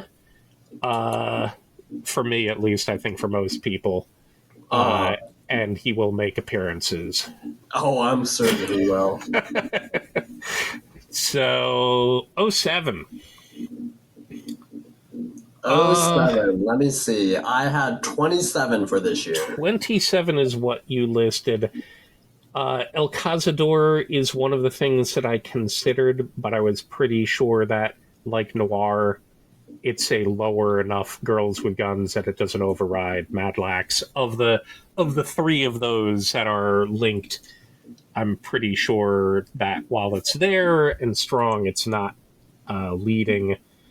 Clannad could have been 7, but also 8 or 9.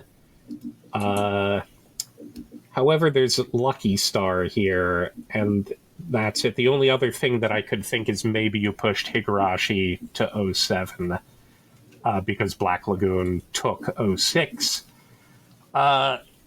I'll go with Lucky Star. I think as far as a favorite thing goes, it just feels so warm and fuzzy to be a favorite over Higurashi, which is probably great in many ways, but more dark themed. Yeah, yeah. So I'll go with Lucky Star, and you can pull something completely different out of the No, list. you would be right. Lucky Star Woo! is my pick for this year, though it was a really close call because my honorable mention this year was Bakano. Ah, yes, of course. That That was my honorable mention, and I went back and forth on which one I was going to pick. I didn't even.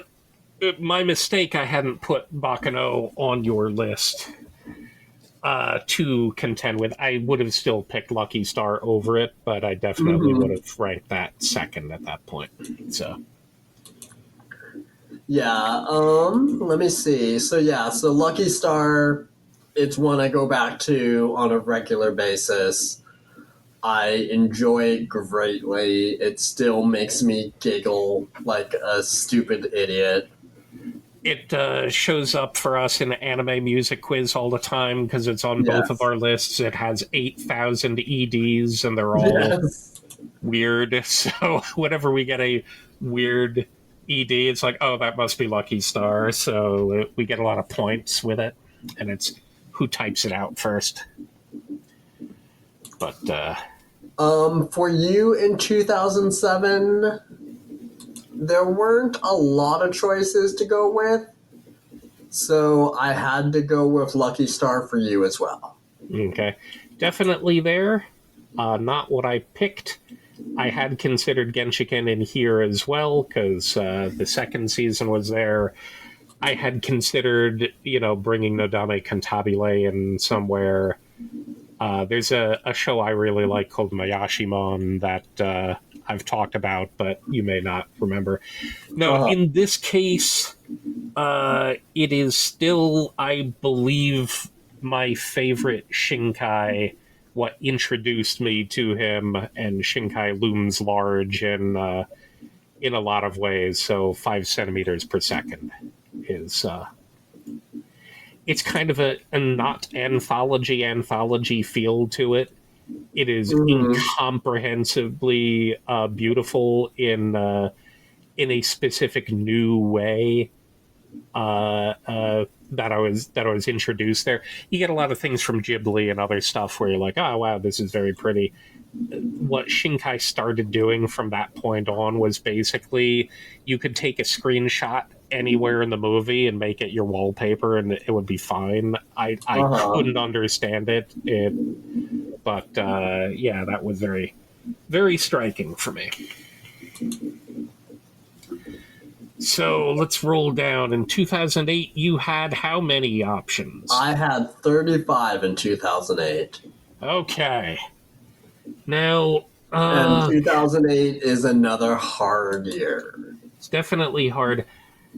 The three top, which are really the only ones I considered, were Black Butler, Toradora, and Spice and Wolf. All three of those could also function in 2009. So I was involving a lot of strategic thought. Black Butler could return in 14. I didn't consider the season that shan't be named's year Mm. because there was no way you would pick Black Butler for any of those years. So I looked at Book of Circus as well. 14, I'm pretty sure there's no room for that down there. I feel, because that's the one you also forced me to. Obviously, I watched the other ones, so I feel like Hollow has to take it in the end. So I'm going to give my guess to Spice and Wolf for you. Spice and Wolf was on my honorable mentions, but it was not my top pick. Was it? Was it Toradora? That was also on my honorable mentions. Okay, then was it Black? That was also on my honorable Oh mentions. no! What did I miss? I got all of your honorable mentions and not the thing. For 2008, once again, I had to think hard. What have I revisited the most? What do I still enjoy to this day? And I had to go with Skip Beat.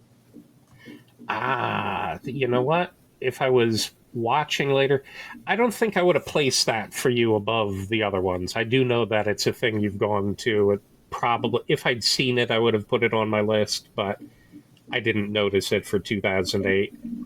Yeah, But yeah, Skip no, Beat that's is just one of those special shows for me that I love to revisit. Spice and Wolf, like I said, it's on my honorable mentions, but I'm finding that I prefer the remake more.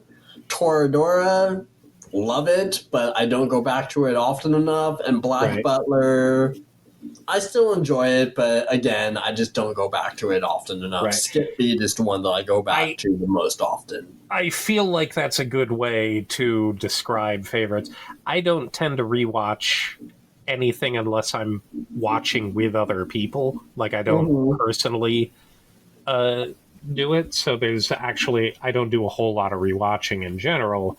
So of things that I have rewatched a lot, that's a good call for being a favorite. And maybe in some ways that's why I've leaned more Ghibli in certain years, even if it's quote unquote normie. I've watched them so many times in the theaters, so I've been like third Mm-hmm. row in front of the screen. I've been all over the place experiencing them, so it's probably cemented it. So anything that shows up in the cinema that I can sneak into with my A-list pass, I hope AMC isn't listening right now. Uh, or if I can watch over and over with the A-list pass, but yeah, no, that makes a lot of sense. Skip Beat, good And then on you. for you in 2008, There weren't many choices that I could think of that I had would 8 of them place. that would have showed up, I think. Yeah, so I went with Spice and Wolf for you. Yep. The only other thing, that was another year I might have thrown a bone to Nodame Cantabile, but no, Hollow. Because of my 2009 option that I really wanted to do, Spice and Wolf stuck in here. I know I could stick it later because we just had it returning, but Hmm. I feel like putting it in the original slots is a lot better. It's lighter for me out there anyway. So, Yeah. yep, Hollow wins. Yay.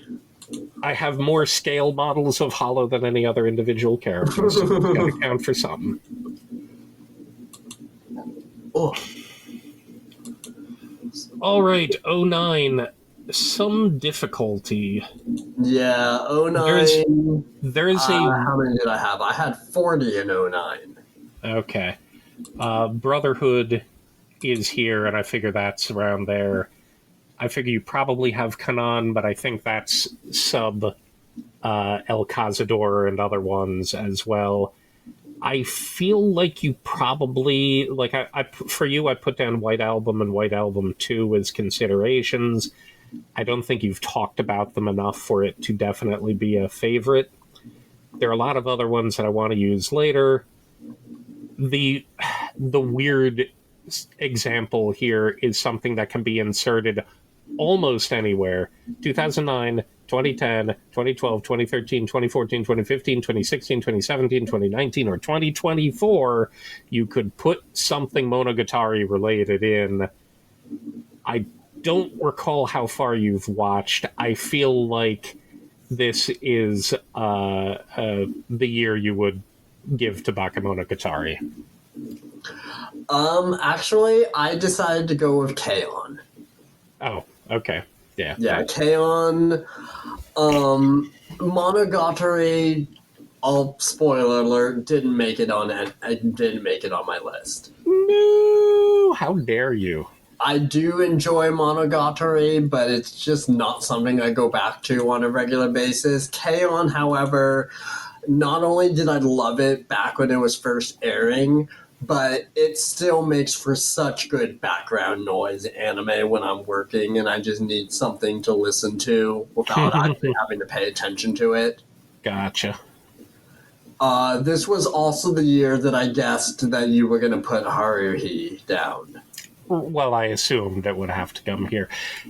Here's the problem, of course. I feel like this has cost you points for your Yui Horie love, because obviously Hanekawa, is very prominent right in the beginning and has her OPs. So I feel like somehow you have violated a fandom rule by not giving her dues.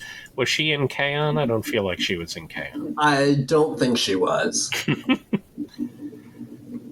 She was in Abenobashi, though. There you go. Yeah. She was in Air. But yeah, I had to go with K-On! For this year. It was just, like I said, it's just too much of a sentimental favorite. Gotcha. Such normie taste. Oh my god. I know. All right. So, what did you whip out? Let me see. For 2000, I had, I think, 18 options in 09. Oh, I already said that I had guessed Haruhi for you this year. Oh, right. You'd put it there. Well, do you have did you have any other guesses that you would swap because Haruhi was 06?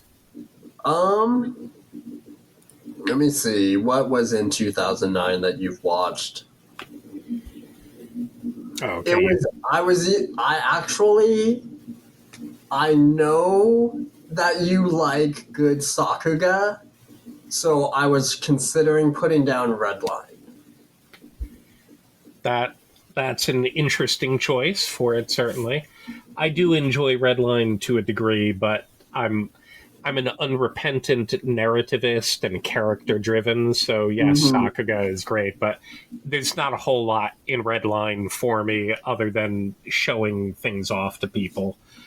Now, in this case, I gave it to something that I wouldn't have thought I would rank as high as I did over time, but every time I've rewatched it, which has been a few more times in the theaters, uh, Hosoda appears with Summer Wars.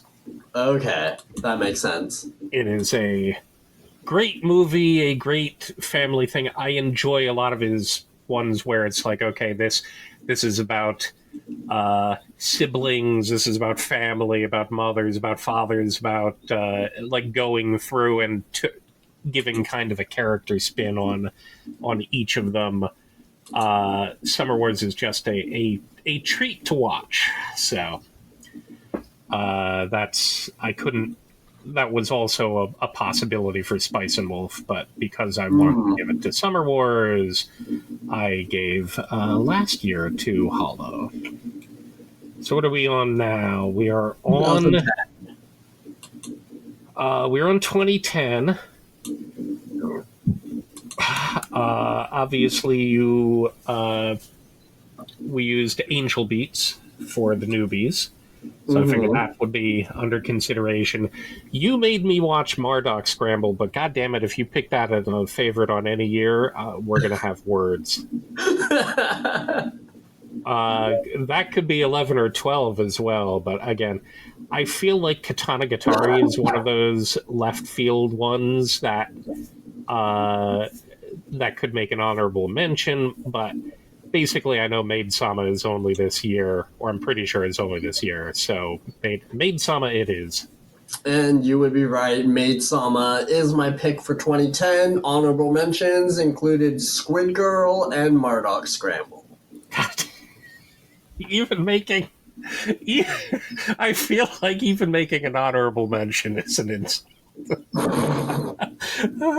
Marduk Scramble. For you, I had to go with the top pick of 2010, the series that everyone fell in love with, and that would be Oremo. I'm kidding. 2010, I went with Arakawa Under the Bridge for you. And that is an accurate guess. This is the year it could have been the Haruhi movie, so I would have considered 06 or 2010. I also had Princess Jellyfish under contention here. That was one that I was leaning towards. But again, that's another one that's more manga to me, whereas Arakawa is more anime to me. Arakawa, so good. 2011. 2011 is my year for anime. 2011, it's not my peak, but it is. I consider 2011 the best year for anime. So there was a lot of choices. The things that I considered, so you probably have more honorable mentions or things to talk about. Fate Zero could be 11 or 12. Steins Gate is obviously here. But Madoka Magica is here. I know you dislike Rebellion, so if it can only place in 2011, it's probably got all of the most iconic Kajiura possible. So I can only guess Madoka Magica. And you would be right. Madoka Magica is my 2011 series. I watched 41 series in 2011. There were a lot of honorable mentions, though. Steins Gate, Tiger and Bunny, Bunny Drop, Anohana, Fate Zero, Chihayafuru. Just all sorts of good series that I could have picked from, but Madoka Magica was my pick.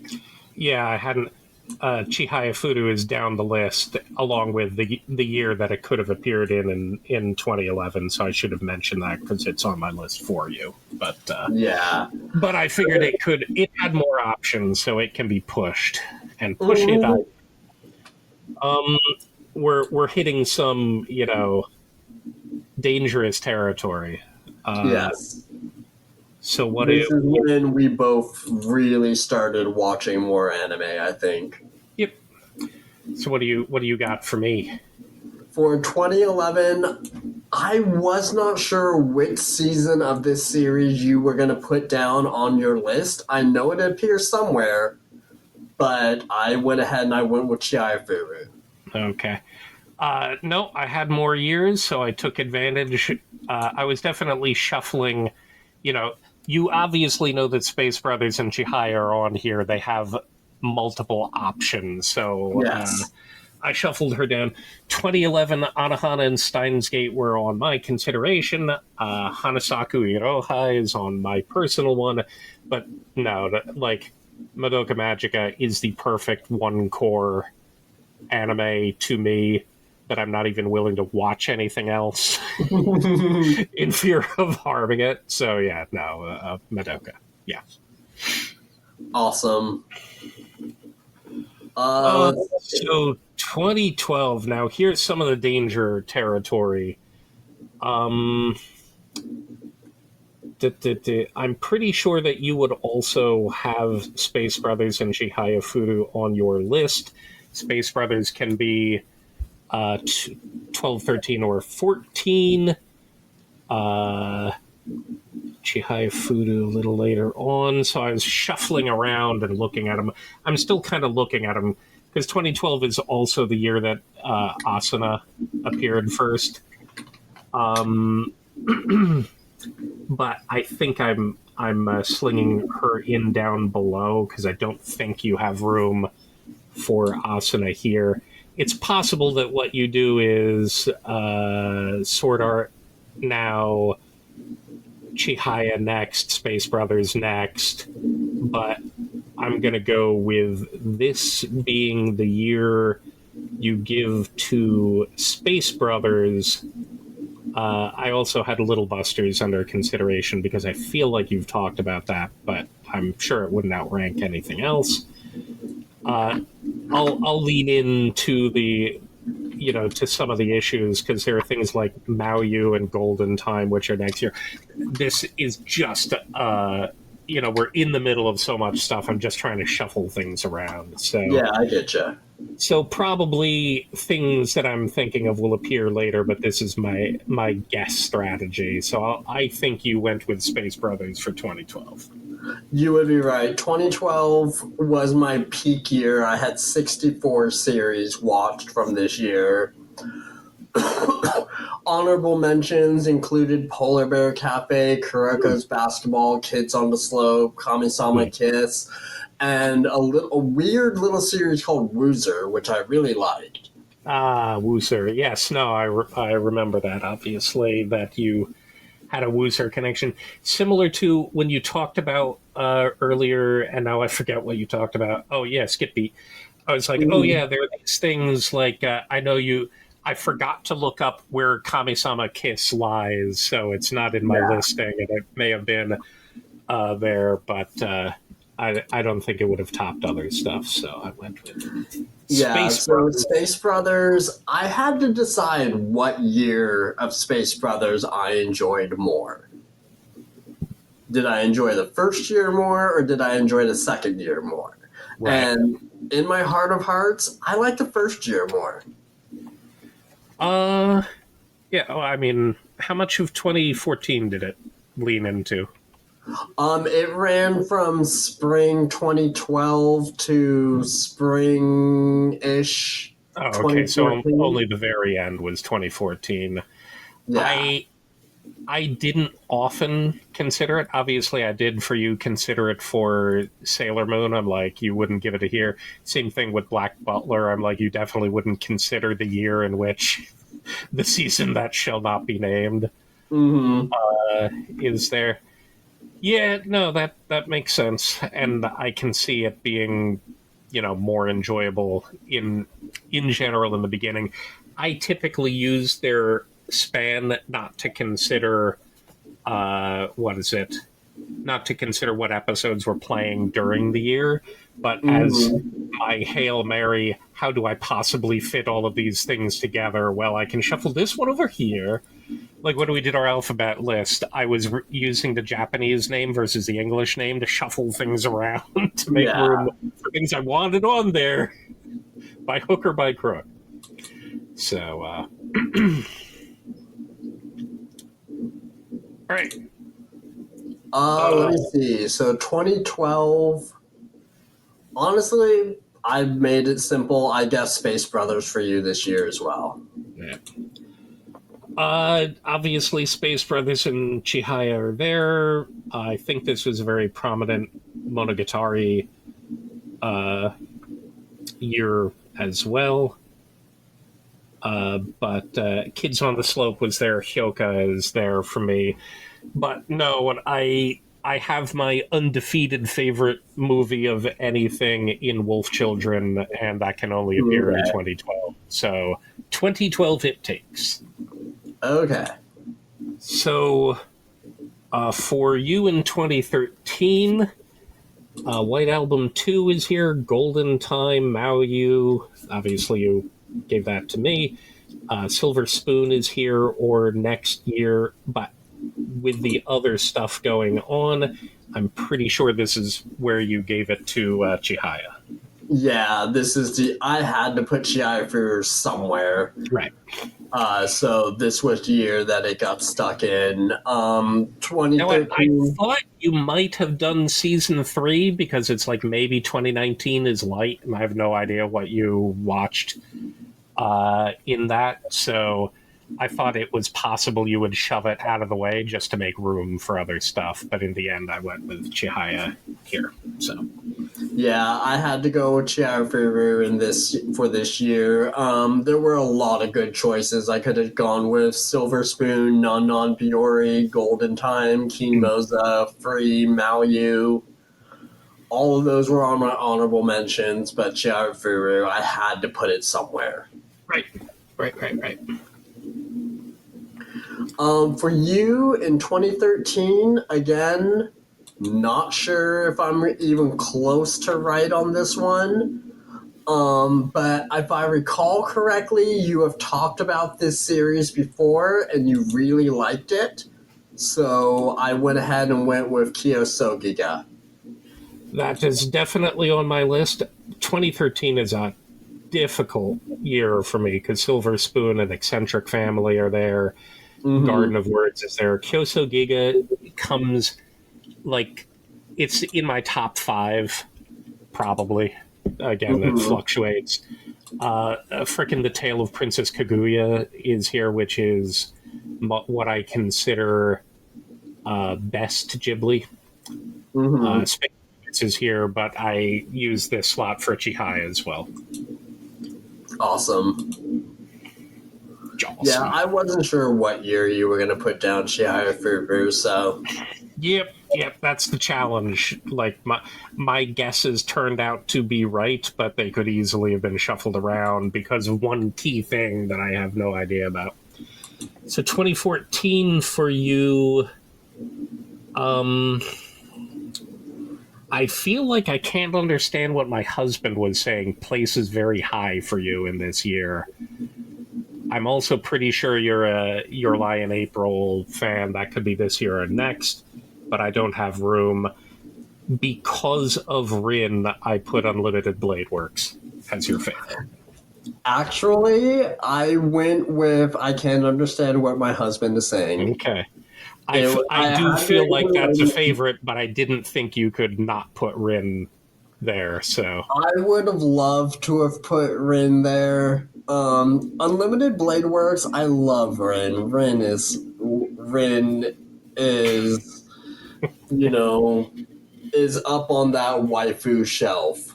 Mm-hmm. But Unlimited Blade Works isn't my favorite season of Fate Stay Night, so I couldn't pick it. That's understandable. I didn't have room before, and Rin had to go somewhere, and's got no room later. But obviously, I know how strong what my husband was saying is for you. So that is just a overall favorite of mine. It's the only short that got named as a favorite series on my entire list. Right. No, that makes sense. But yeah, that is my top pick. Other choices that I could have gone with: World Conquest, Zvezda plot. Ooh, nice. Kamigami no Asobi, Akame ga Kill, Monthly Girls Nozaki-kun, Unlimited Nozaki. Blade Work, Shirobako. Shirobako. But, and then for you, for this year, I had to go with one that you've recommended to me before, which is Witchcraft Works. But in this case, because I gave 2012 to Wolf Children, 2013 to Chihaya, I had to give this year to Space Brothers. Even though it does not contain my favorite episodes, this is where I shuffled it to. Other ones in this year, Mushishi shows up, Barakamon shows up, Nozaki was on my list. Witchcraft Works, I adore the ED, and, you know, I forget why I recommended it. The funny thing is, if you do my Expanding Horizons recommendations to you as considered favorites for me, it's much less likely to hit, I think, than your recommendations have been to me. I'm like, okay. I think I can lean on them, and I find it funny how many of the ones that I've recommended I wouldn't actually put as favorites, because I was putting things I like, certainly, and one thing that I forgot what it is and ended up having incest in it. That's fun. But 2014 also had, I think, my least favorite anime of all time in Karen Senki. If anyone wants to look that up, it has so many ways of garbage. The story and action are bad. It is such low quality. What is it? 3D CG that you know it comes across, and I'm very much opposed. My brain just really hates poorly done 3D CG. But I think the worst thing about it is it's got a character designer of, like, the ages in Kosuke Fujishima, who is I'm a Goddess, obviously, all of your Tales stuff. So, Soccer Wars stuff, you know, it is... And it's such a waste. They get absolutely nothing out of his involvement there. There are a couple things like that. An anime called Derrida that had Yoshitoshi Abe doing character design. They're like, it's just insulting that you guys have these people as character designers, and you waste it. You wasted my Fujishima. So, I just had to bring it up. What are we on? 2015. 2015, yes. Oh God, more difficult. Yes. Obviously, Plastic Memories shows up here. Ore Monogatari shows up here. However, Ass Class is either this year or next, and so is Snow White and the Red Hair.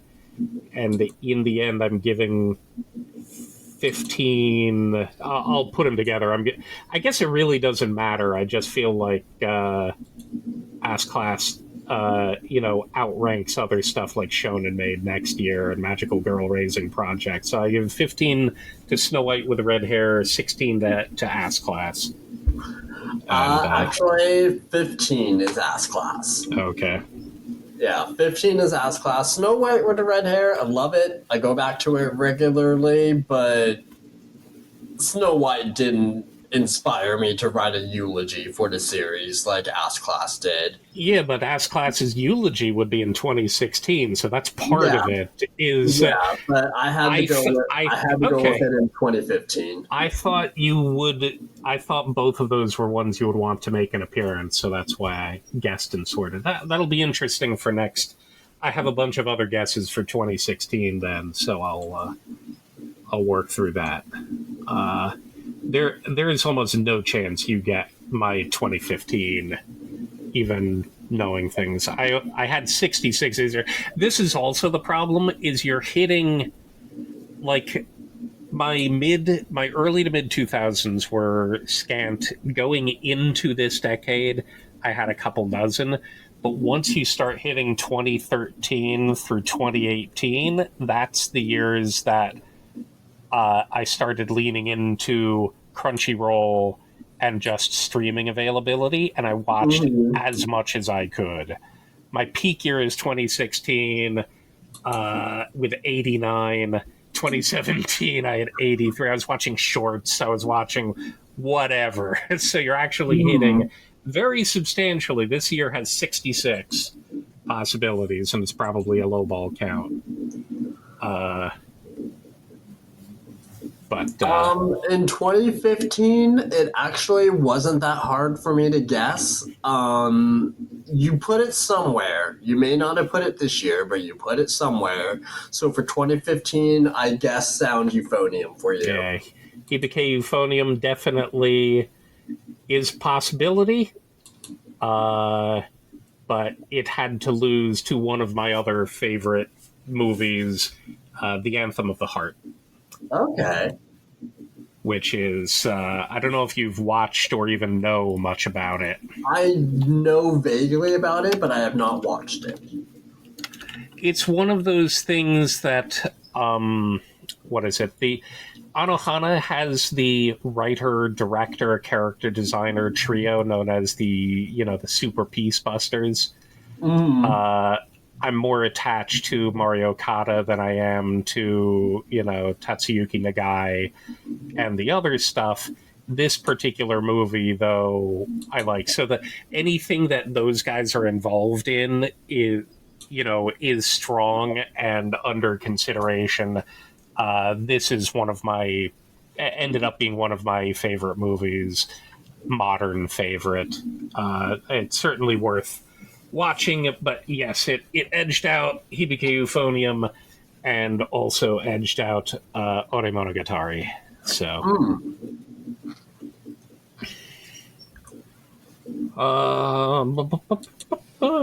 so yes, I had originally put Ass Class this year. That's not it. Judging by your reaction with Snow White with the red hair, that's not making an appearance.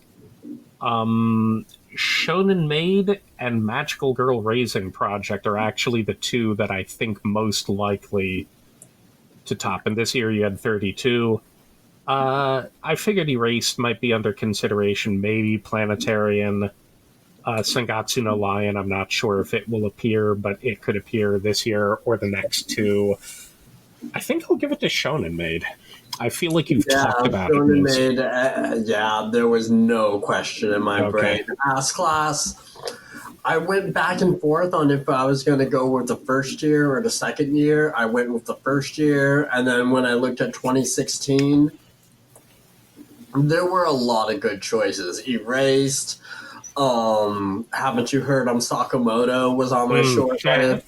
Nice. March Comes In Like a Lion was on my short list. Yuri on Ice was on my short list. Oh, right, of course. But Shonen Maid is my top pick. Gotcha. Okie dokie. So 2016 for you. Oh, wow. Okay.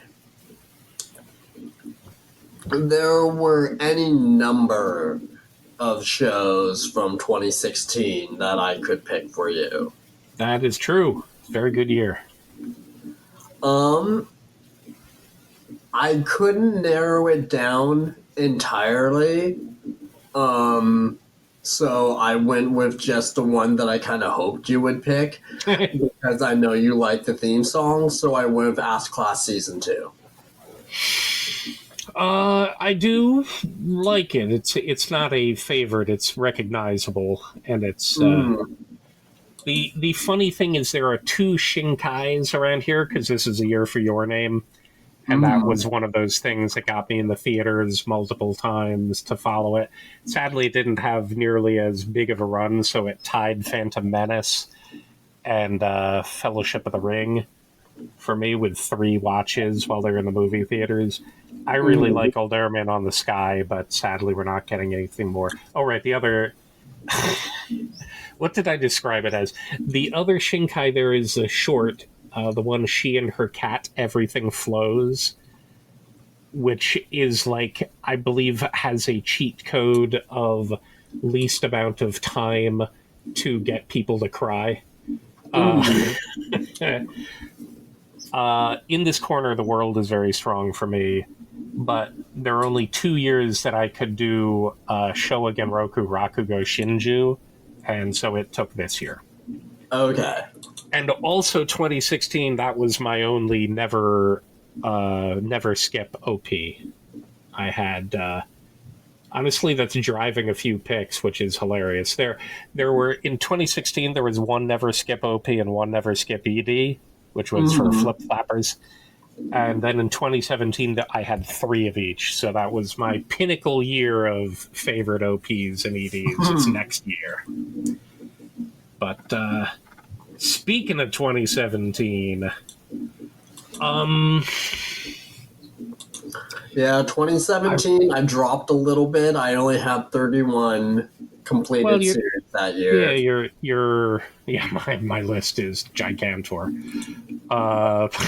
But there were only 3 that I really considered. Ancient Magus Bride can be this year, next, or 2023. But I don't think 23 can be... Oh, wait, no. Actually, we'll get there. I know you really like the Royal Tutor, and this would be the year for that, but I don't think it would outpace Dragon Maid for you. Those were the 3 I considered, and I'll go with Dragon Maid. I know that could be in 2021 as well, but again, that's I feel like it's going to get bumped by other stuff. So Dragon Maid was on my short list, along with Royal Tutor, Gurgle's Last Tour, and Recovery of an MMO Junkie. Ah, right. I in fact forgot to look that one up because, of course, you Horizoned me with it. Yeah, no worries. But in the end, I had to go with Ancient Magus Bride. Okay. Yeah, Ancient Magus Bride it has everything. It has laughs, it has heart, it has gorgeous animation. So yeah, so I had to go with that, and that is also actually my guess for you for this year. I mean, it's there. Eccentric Family 2 is this year. Kizumonogatari Part 3, I'm going to give a call out simply because it has the best fight in anime of all time in it. So I'll remind people to watch the movies. I mean, I certainly can't fault me wanting to put it there. I had been leading with Girls' Last Tour. I think I would probably give it to Ancient Magus Bride, but it's between those 2. Okay. Girls' Last Tour has like one of my favorite OPs and EDs of all time, and it's got one of my favorite insert songs in the Rain song that was kind of an alternate ending. God, I just love so much about it. I have Nendoroids with them and the Kettenkrad. Then again, I did buy a giant polystone statue that I still don't have for Ancient Magus Bride, so I'll have to give it that because I spent way too much money on a tremendously cool Chise and Bone Daddy statue. So. Right on.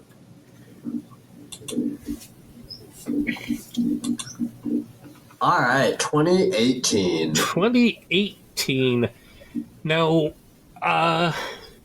Reincarnated as a Slime could be here or a lot of years forward. I didn't really have a lot of guesses. Again, you were at around 30. But I figured you would probably give this year.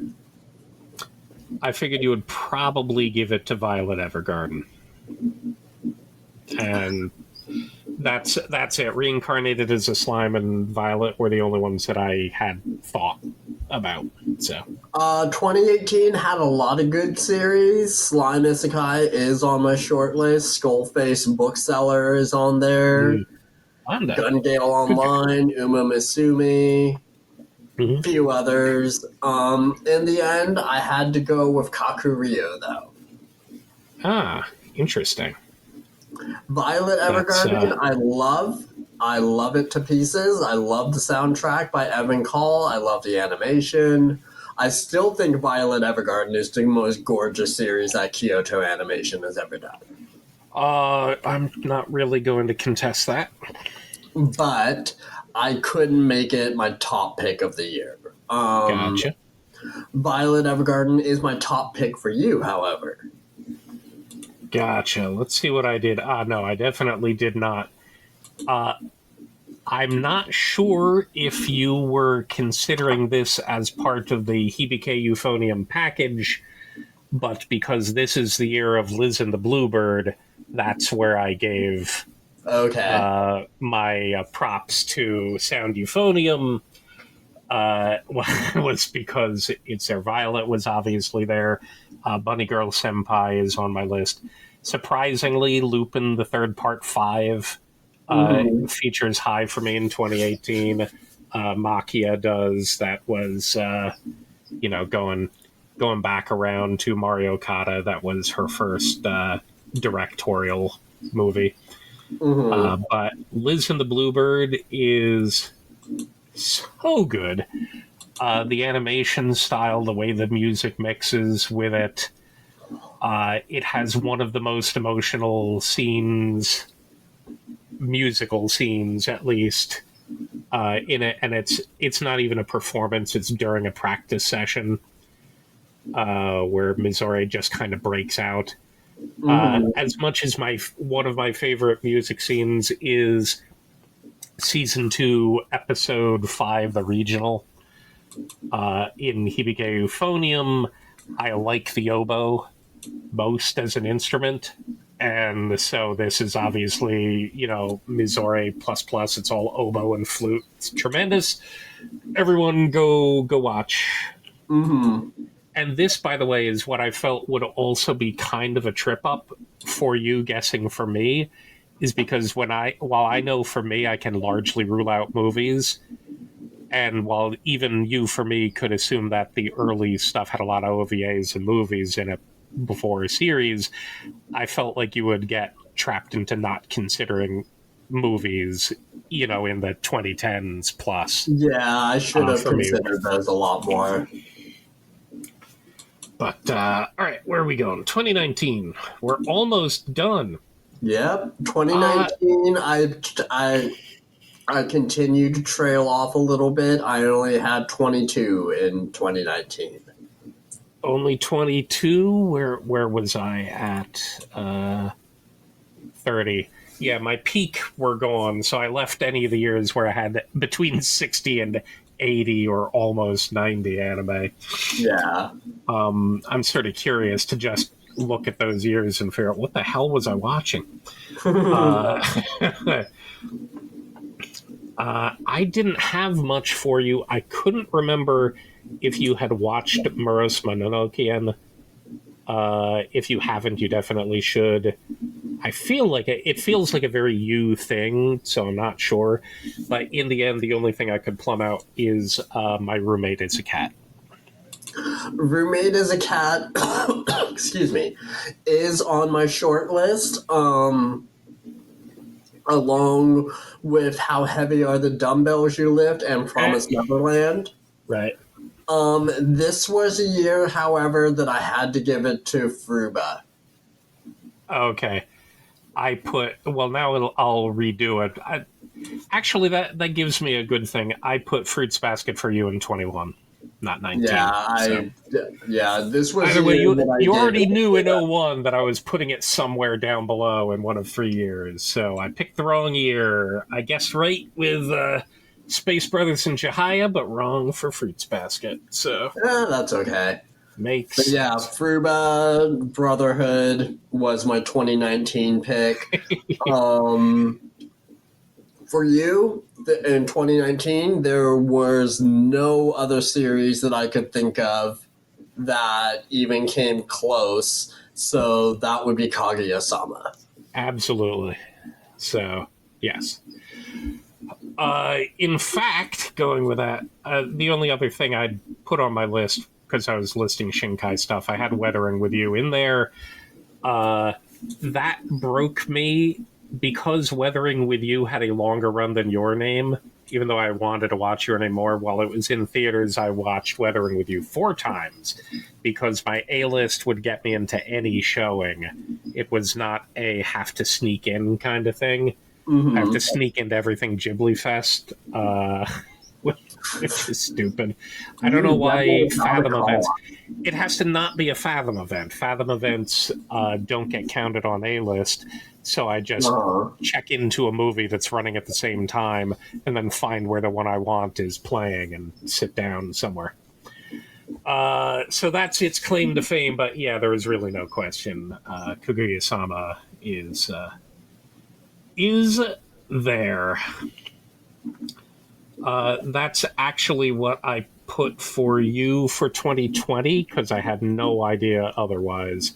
And I know we watched, I know you liked it, and I know it's not going to hit 2022, and I figured it wouldn't have for 19. It would have been either of the two, so I used it for 2020. 2020 is a weird year for me. I only watched 15 series that year. But honestly, I went over the years, I have changed my mind about favorite series from 2020 at least 3 or 4 times. Okay. There's more, than I knew you had. Yeah, so I've gone from Kakushi Goto as my favorite, to Next Life as a Villainess as my favorite, to Arte as my favorite. Tonikawa was in there. But looking back on that year and thinking on which series have I watched the most, which series do I desperately wish had another season, I had to go with the one season series. If my favorite pop idol made it to the Budokan, I would die happy. Oh my god. I know you've mentioned that before. I would not have at all expected that was like your favorite in any year, though. I love that show. Somewhat so hilarious. Yuripi is such just the biggest dork, and I love her to death. Do you like big dorks? Yeah, I had to go with that as my top pick of 2020. Okay. So, all right, for you, let me double check your list because I'm pretty sure I know exactly what you chose for 2020. You're probably wrong. I think I know which one you're going to guess, but we'll see. For 2020, I decided to go with Keep Your Hands Off Izukun. Okay, no, then you got it. I thought you were going because we didn't lay out. We didn't do our Inspector broadcast yet. I thought you might say, "Oh God, how do you fit Inspector in here somewhere?" No, absolutely, Izukun is great. I keep trying to use certain years in which there is ReZero to put ReZero in, but I've never had room for ReZero, which makes me sad. Obviously, it was an alternate year for Kaguya or Chihaifu or some of the other stuff, but nope. Eizouken, I wouldn't say by a mile, but by a notable distance. Well done, well done. Fair enough. 2021, you had 34 things, most of which I'm sure I have no idea. This is where I originally thought you would have put Fruits Basket. So now it has room, because the only other thing I considered, I assumed you would not have room for Sword Art Online before to get your Asuna fix in, similar to having Unlimited Blade Works to get Rin in there somewhere. So I went with the SAO Progressive movie, because it's from Asuna's frame of reference. It is the Asuna movie, So that's what I went for my guess for you for 2021. I actually had to go with a little more obvious pick. There were some good shows this year, but in terms of shows that, or anime in general, that just really stuck out to me that year, I gotta go with Vivi. Ah, yes, Vivi. Vivi was a. Where did I stick Vivi? Vivi was on my list, but I forgot to stick it down on yours as a possibility. I think, I was still cleaning up lists. I know Vivi was very strong for you. But again, similar to assuming you'd want to give Rin her due, I figured you'd want to give Asuna her due, so I would have gone with SAO Progressive anyway, just to boost that. But Vivi is, of course, completely understandable for. So for you, this was another year where it was no question. There was no doubt in my mind on what your pick was going to be this year, and that would be Komi Can't Communicate. Nope. I was wrong. Okay. That is, again, a lot of times I didn't even have Komi on my list. That's kind of funny. Oh. I mean, she probably should have been, but this is something, again, my whole manga discrepancy. It's something that, of course, I read for so many chapters before ever experiencing it in anime form. So I didn't really consider it in the anime form. I've experienced and reread it as manga. So it's like Monster doesn't appear up thread for me because it's very much a manga thing for me. I almost don't list it under favorite anime stuff, even though it's one of my favorite series, because it's so heavily weighted on the manga side. Maison Ikoku, same thing. So yeah, it didn't even occur to me, which is funny. Okay. I threw a mention for Sing a Bit of Harmony in there because apparently I like movies with music in it. It's funny. It's a weird movie in general. It's very cute. It's as close as I can get to a Disney musical in format and, in fact, just musical numbers in the middle of nowhere and kind of a cutesy thing. It's as close as I can get to a Disney musical and still accept it as a work. I enjoy Sing a Bit of Harmony. I couldn't stick ReZero in here either, as I think a lot of people pick for 2021. I had to give it to Odd Taxi. Okay, yeah, I can understand that. Which is so good. Sadly, I couldn't make it was in theaters recently. It was Recap with a slight spin on it. Which I guess I couldn't make. But that's what I goed with. So 2022. This is the year of Anya, so basically, I wrote Spy Family for either this year or next, and I figured there was little chance you wouldn't pick it for 2022. Yeah. I actually did not pick it for 2022. Oh, so you did pick it for 2023 then? 2023, I did pick it for, yes. Okay, so it was close, but yeah, that's fine. I didn't know anything else you might have watched in 2022. In fact, I left 2023 open because I thought there were more things that you might have watched, including Yamada-kun and Apothecary Diaries. So, but I didn't think of anything for 2022, and I honestly didn't think that hard because I figured it would go to Anya. So, what you do? 2022 was the year of Akiba Maid War. Oh, yes, of course. Okay. Yeah. Oh, I love Akiba Maid War. Such a good show.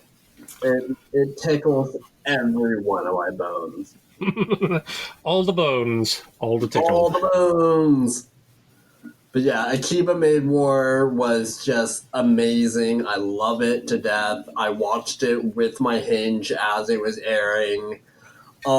This was a tough year though, because this was also the year of Dress Up Darling, Birdie Wing, Kong Min, Mm, Spy Family, Phantom of the Idol, Eternal Boys, Raven of the Inner Palace, Human Craze mm. University. Okay. So More than I 2022 thought. was And a tough of year. course, I should have. I think I was looking at all of the years in which there are so many options and trying to figure out the order that I wasn't considering the recent runs. Obviously, Mhm. Combing I should have had up there. Akiba Made War. I recommend everyone at least watch the first episode, especially because if you've ever, it's a very specific thing for me. If you've ever been annoyed watching anime, and this includes OPs and EDs as well, because they sometimes screw those up, where music is playing and it's playing to the point where the animation is supposed to match it, but they don't keep it matching it the whole time. That drives your brain crazy. Maid War has the best synced up music scene of all time.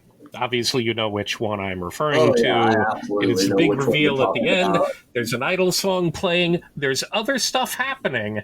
It's very, punchy. And but the best thing for me is they actually kept it syncopated the whole time, and I love them for it. So, For you in 2022, this was another year. I figured you were going to put this series somewhere on your list, and you didn't really put it in many places early on. So this was the year that I decided that you were going to put Urusei Yatsura down. oh wow, nah, Urusei Yatsura is not a favorite even of the classic stuff. I enjoy the classic. I enjoy the OPs and EDs a lot. Mm-hmm. Uh, this obviously sticks with the manga of things that are my favorite from Takahashi. UI, it has classic flavor, but it's nowhere near a favorite in Okay. any form at any time. Okay. So I had been considering, of course, Spy Family and Kaguya in this year. I will give a shout out to Suzume, the most recent Shinkai film that Mm-hmm. is now on my list. I turned it into a challenge mode. It had a long run, and I could use my A list anytime I wanted from anywhere, so I chased it around. I watched it either 9 or 10 times in the first month plus that it was in a general release. Then they re released it, and I caught it a few more times then. So I've watched that more times, not than any other movie, because, like I said, I've gone to every Ghibli Fest. I rewatch Tokyo Godfathers every year, but for a theater run, initial theater run, that is the thing that I've watched the most, and I don't know why I watched it that many times. It has obviously imprinted itself on me, but no. Instead, I went with the little series. What if K-On! Was actually about music? Uh, I picked Bochi the Rock. Okay. Okay. I still need to finish that show.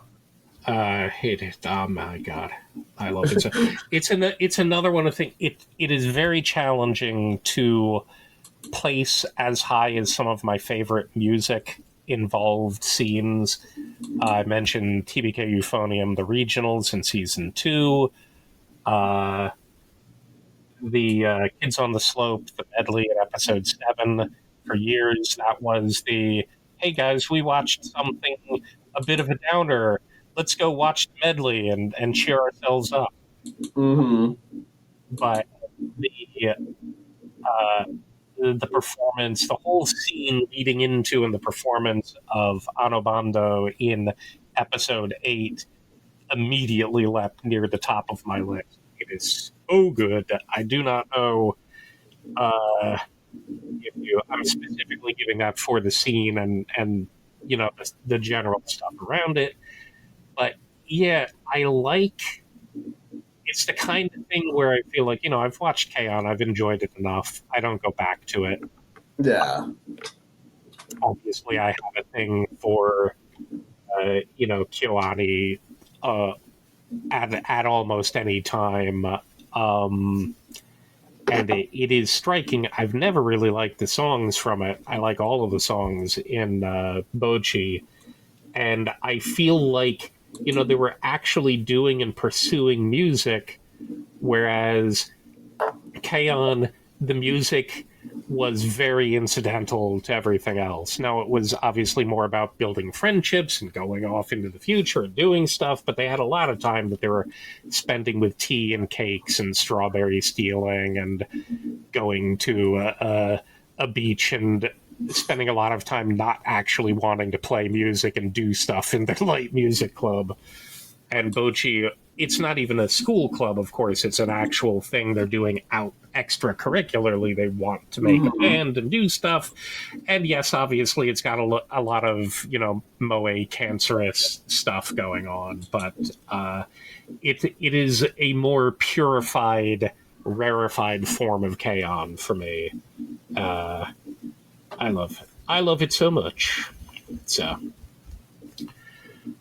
2023 then we're in places that I do not know. Now you said you put Spy Family there, so Yeah, I put Spy Family down for this, but it was a tough call.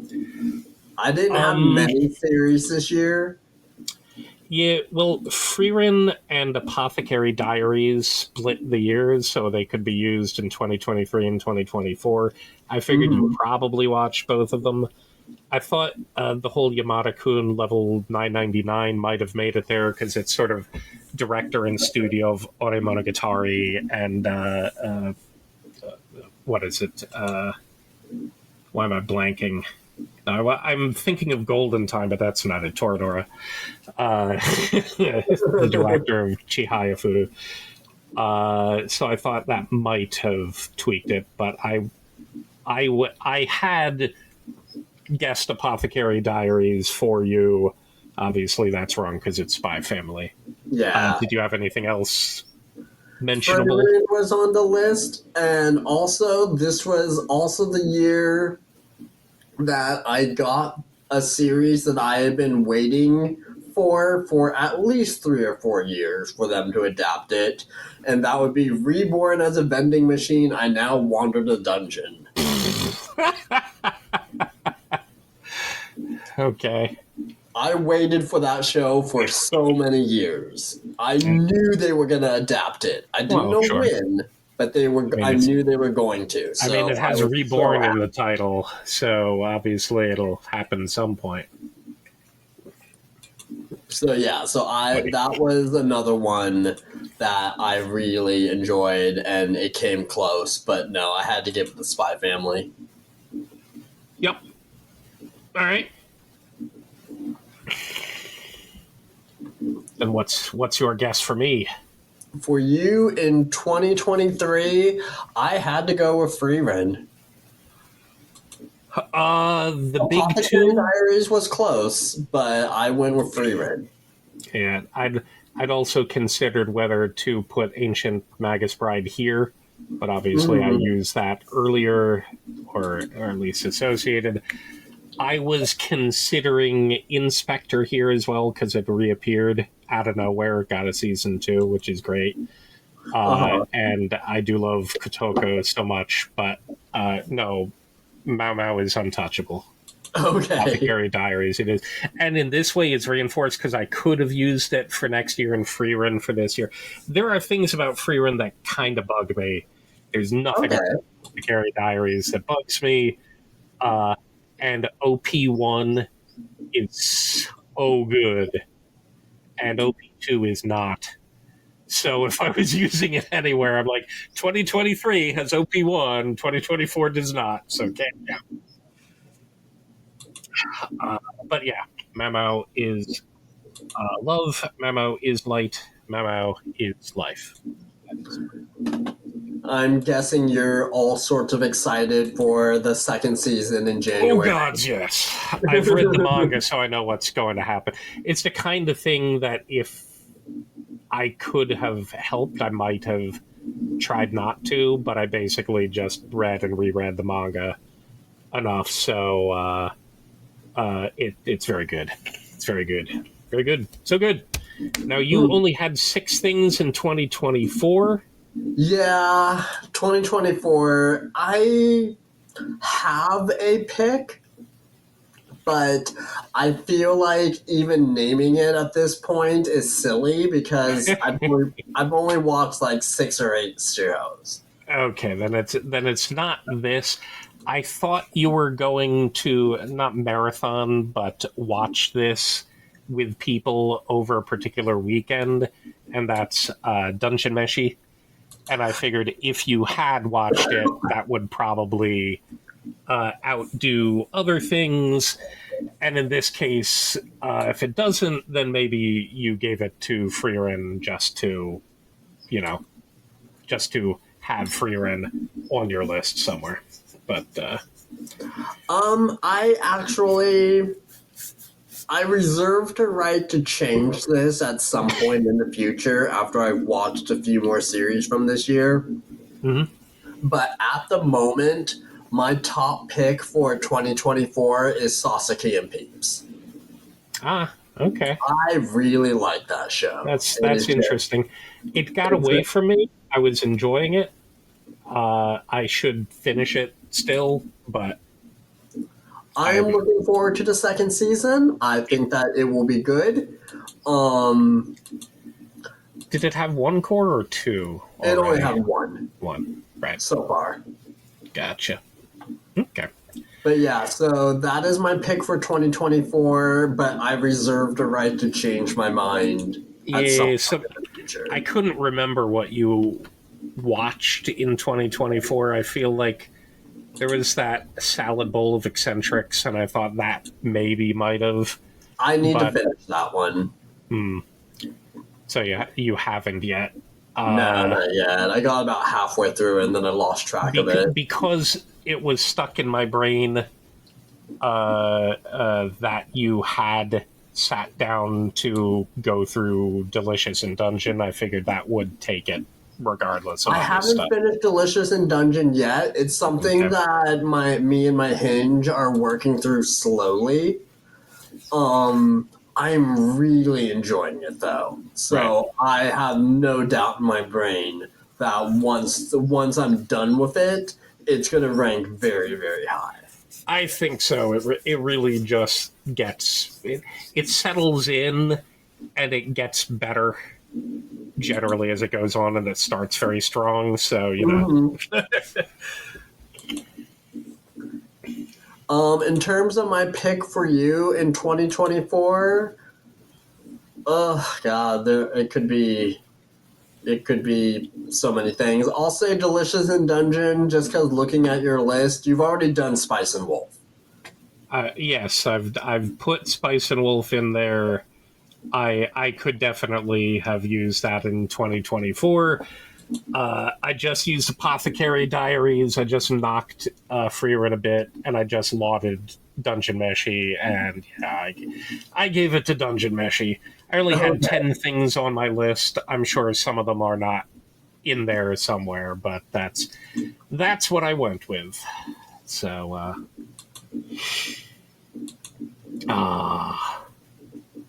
a fun time. Let's do our second favorite from every year now. No. But All right. are we even still? Yeah, we're still broadcasting. Year. Yes, we are now current. Now the funny thing is, as implied, of course, Apothecary Diaries is 2023, 24, and upcoming in 2025. So it will turn into one of those things that maybe in the future, as I watch more things, I shuffle between the years. I kind of enjoy that these did not turn into what is it that these don't turn into a static list of other stuff. It turns into okay, I can keep reconsidering and shuffling them around even more because similar to with Hibike Euphonium, I'm like, well, I want Liz on there so I don't have to do the TV show because that will count. Similar to the disappearance of the Haruhi movie compared to the series. But you can always be like, oh, I need something else over here. So now I get to shuffle them around again and do something. But it's fun enough. I guess that does it.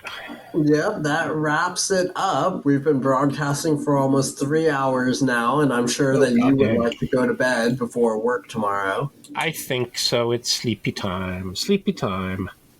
All right. I didn't see anyone stop in the stream. I hope people are at least entertained enough. They might actually make it through the podcast. That would be lovely. It's always nice if... Hopefully this gets posted to Podbean and other feeds and my Patreon within the next couple of weeks. Cool. But all right, in that case, thank you very much for joining me. This was a lot of fun, and it made me think really hard.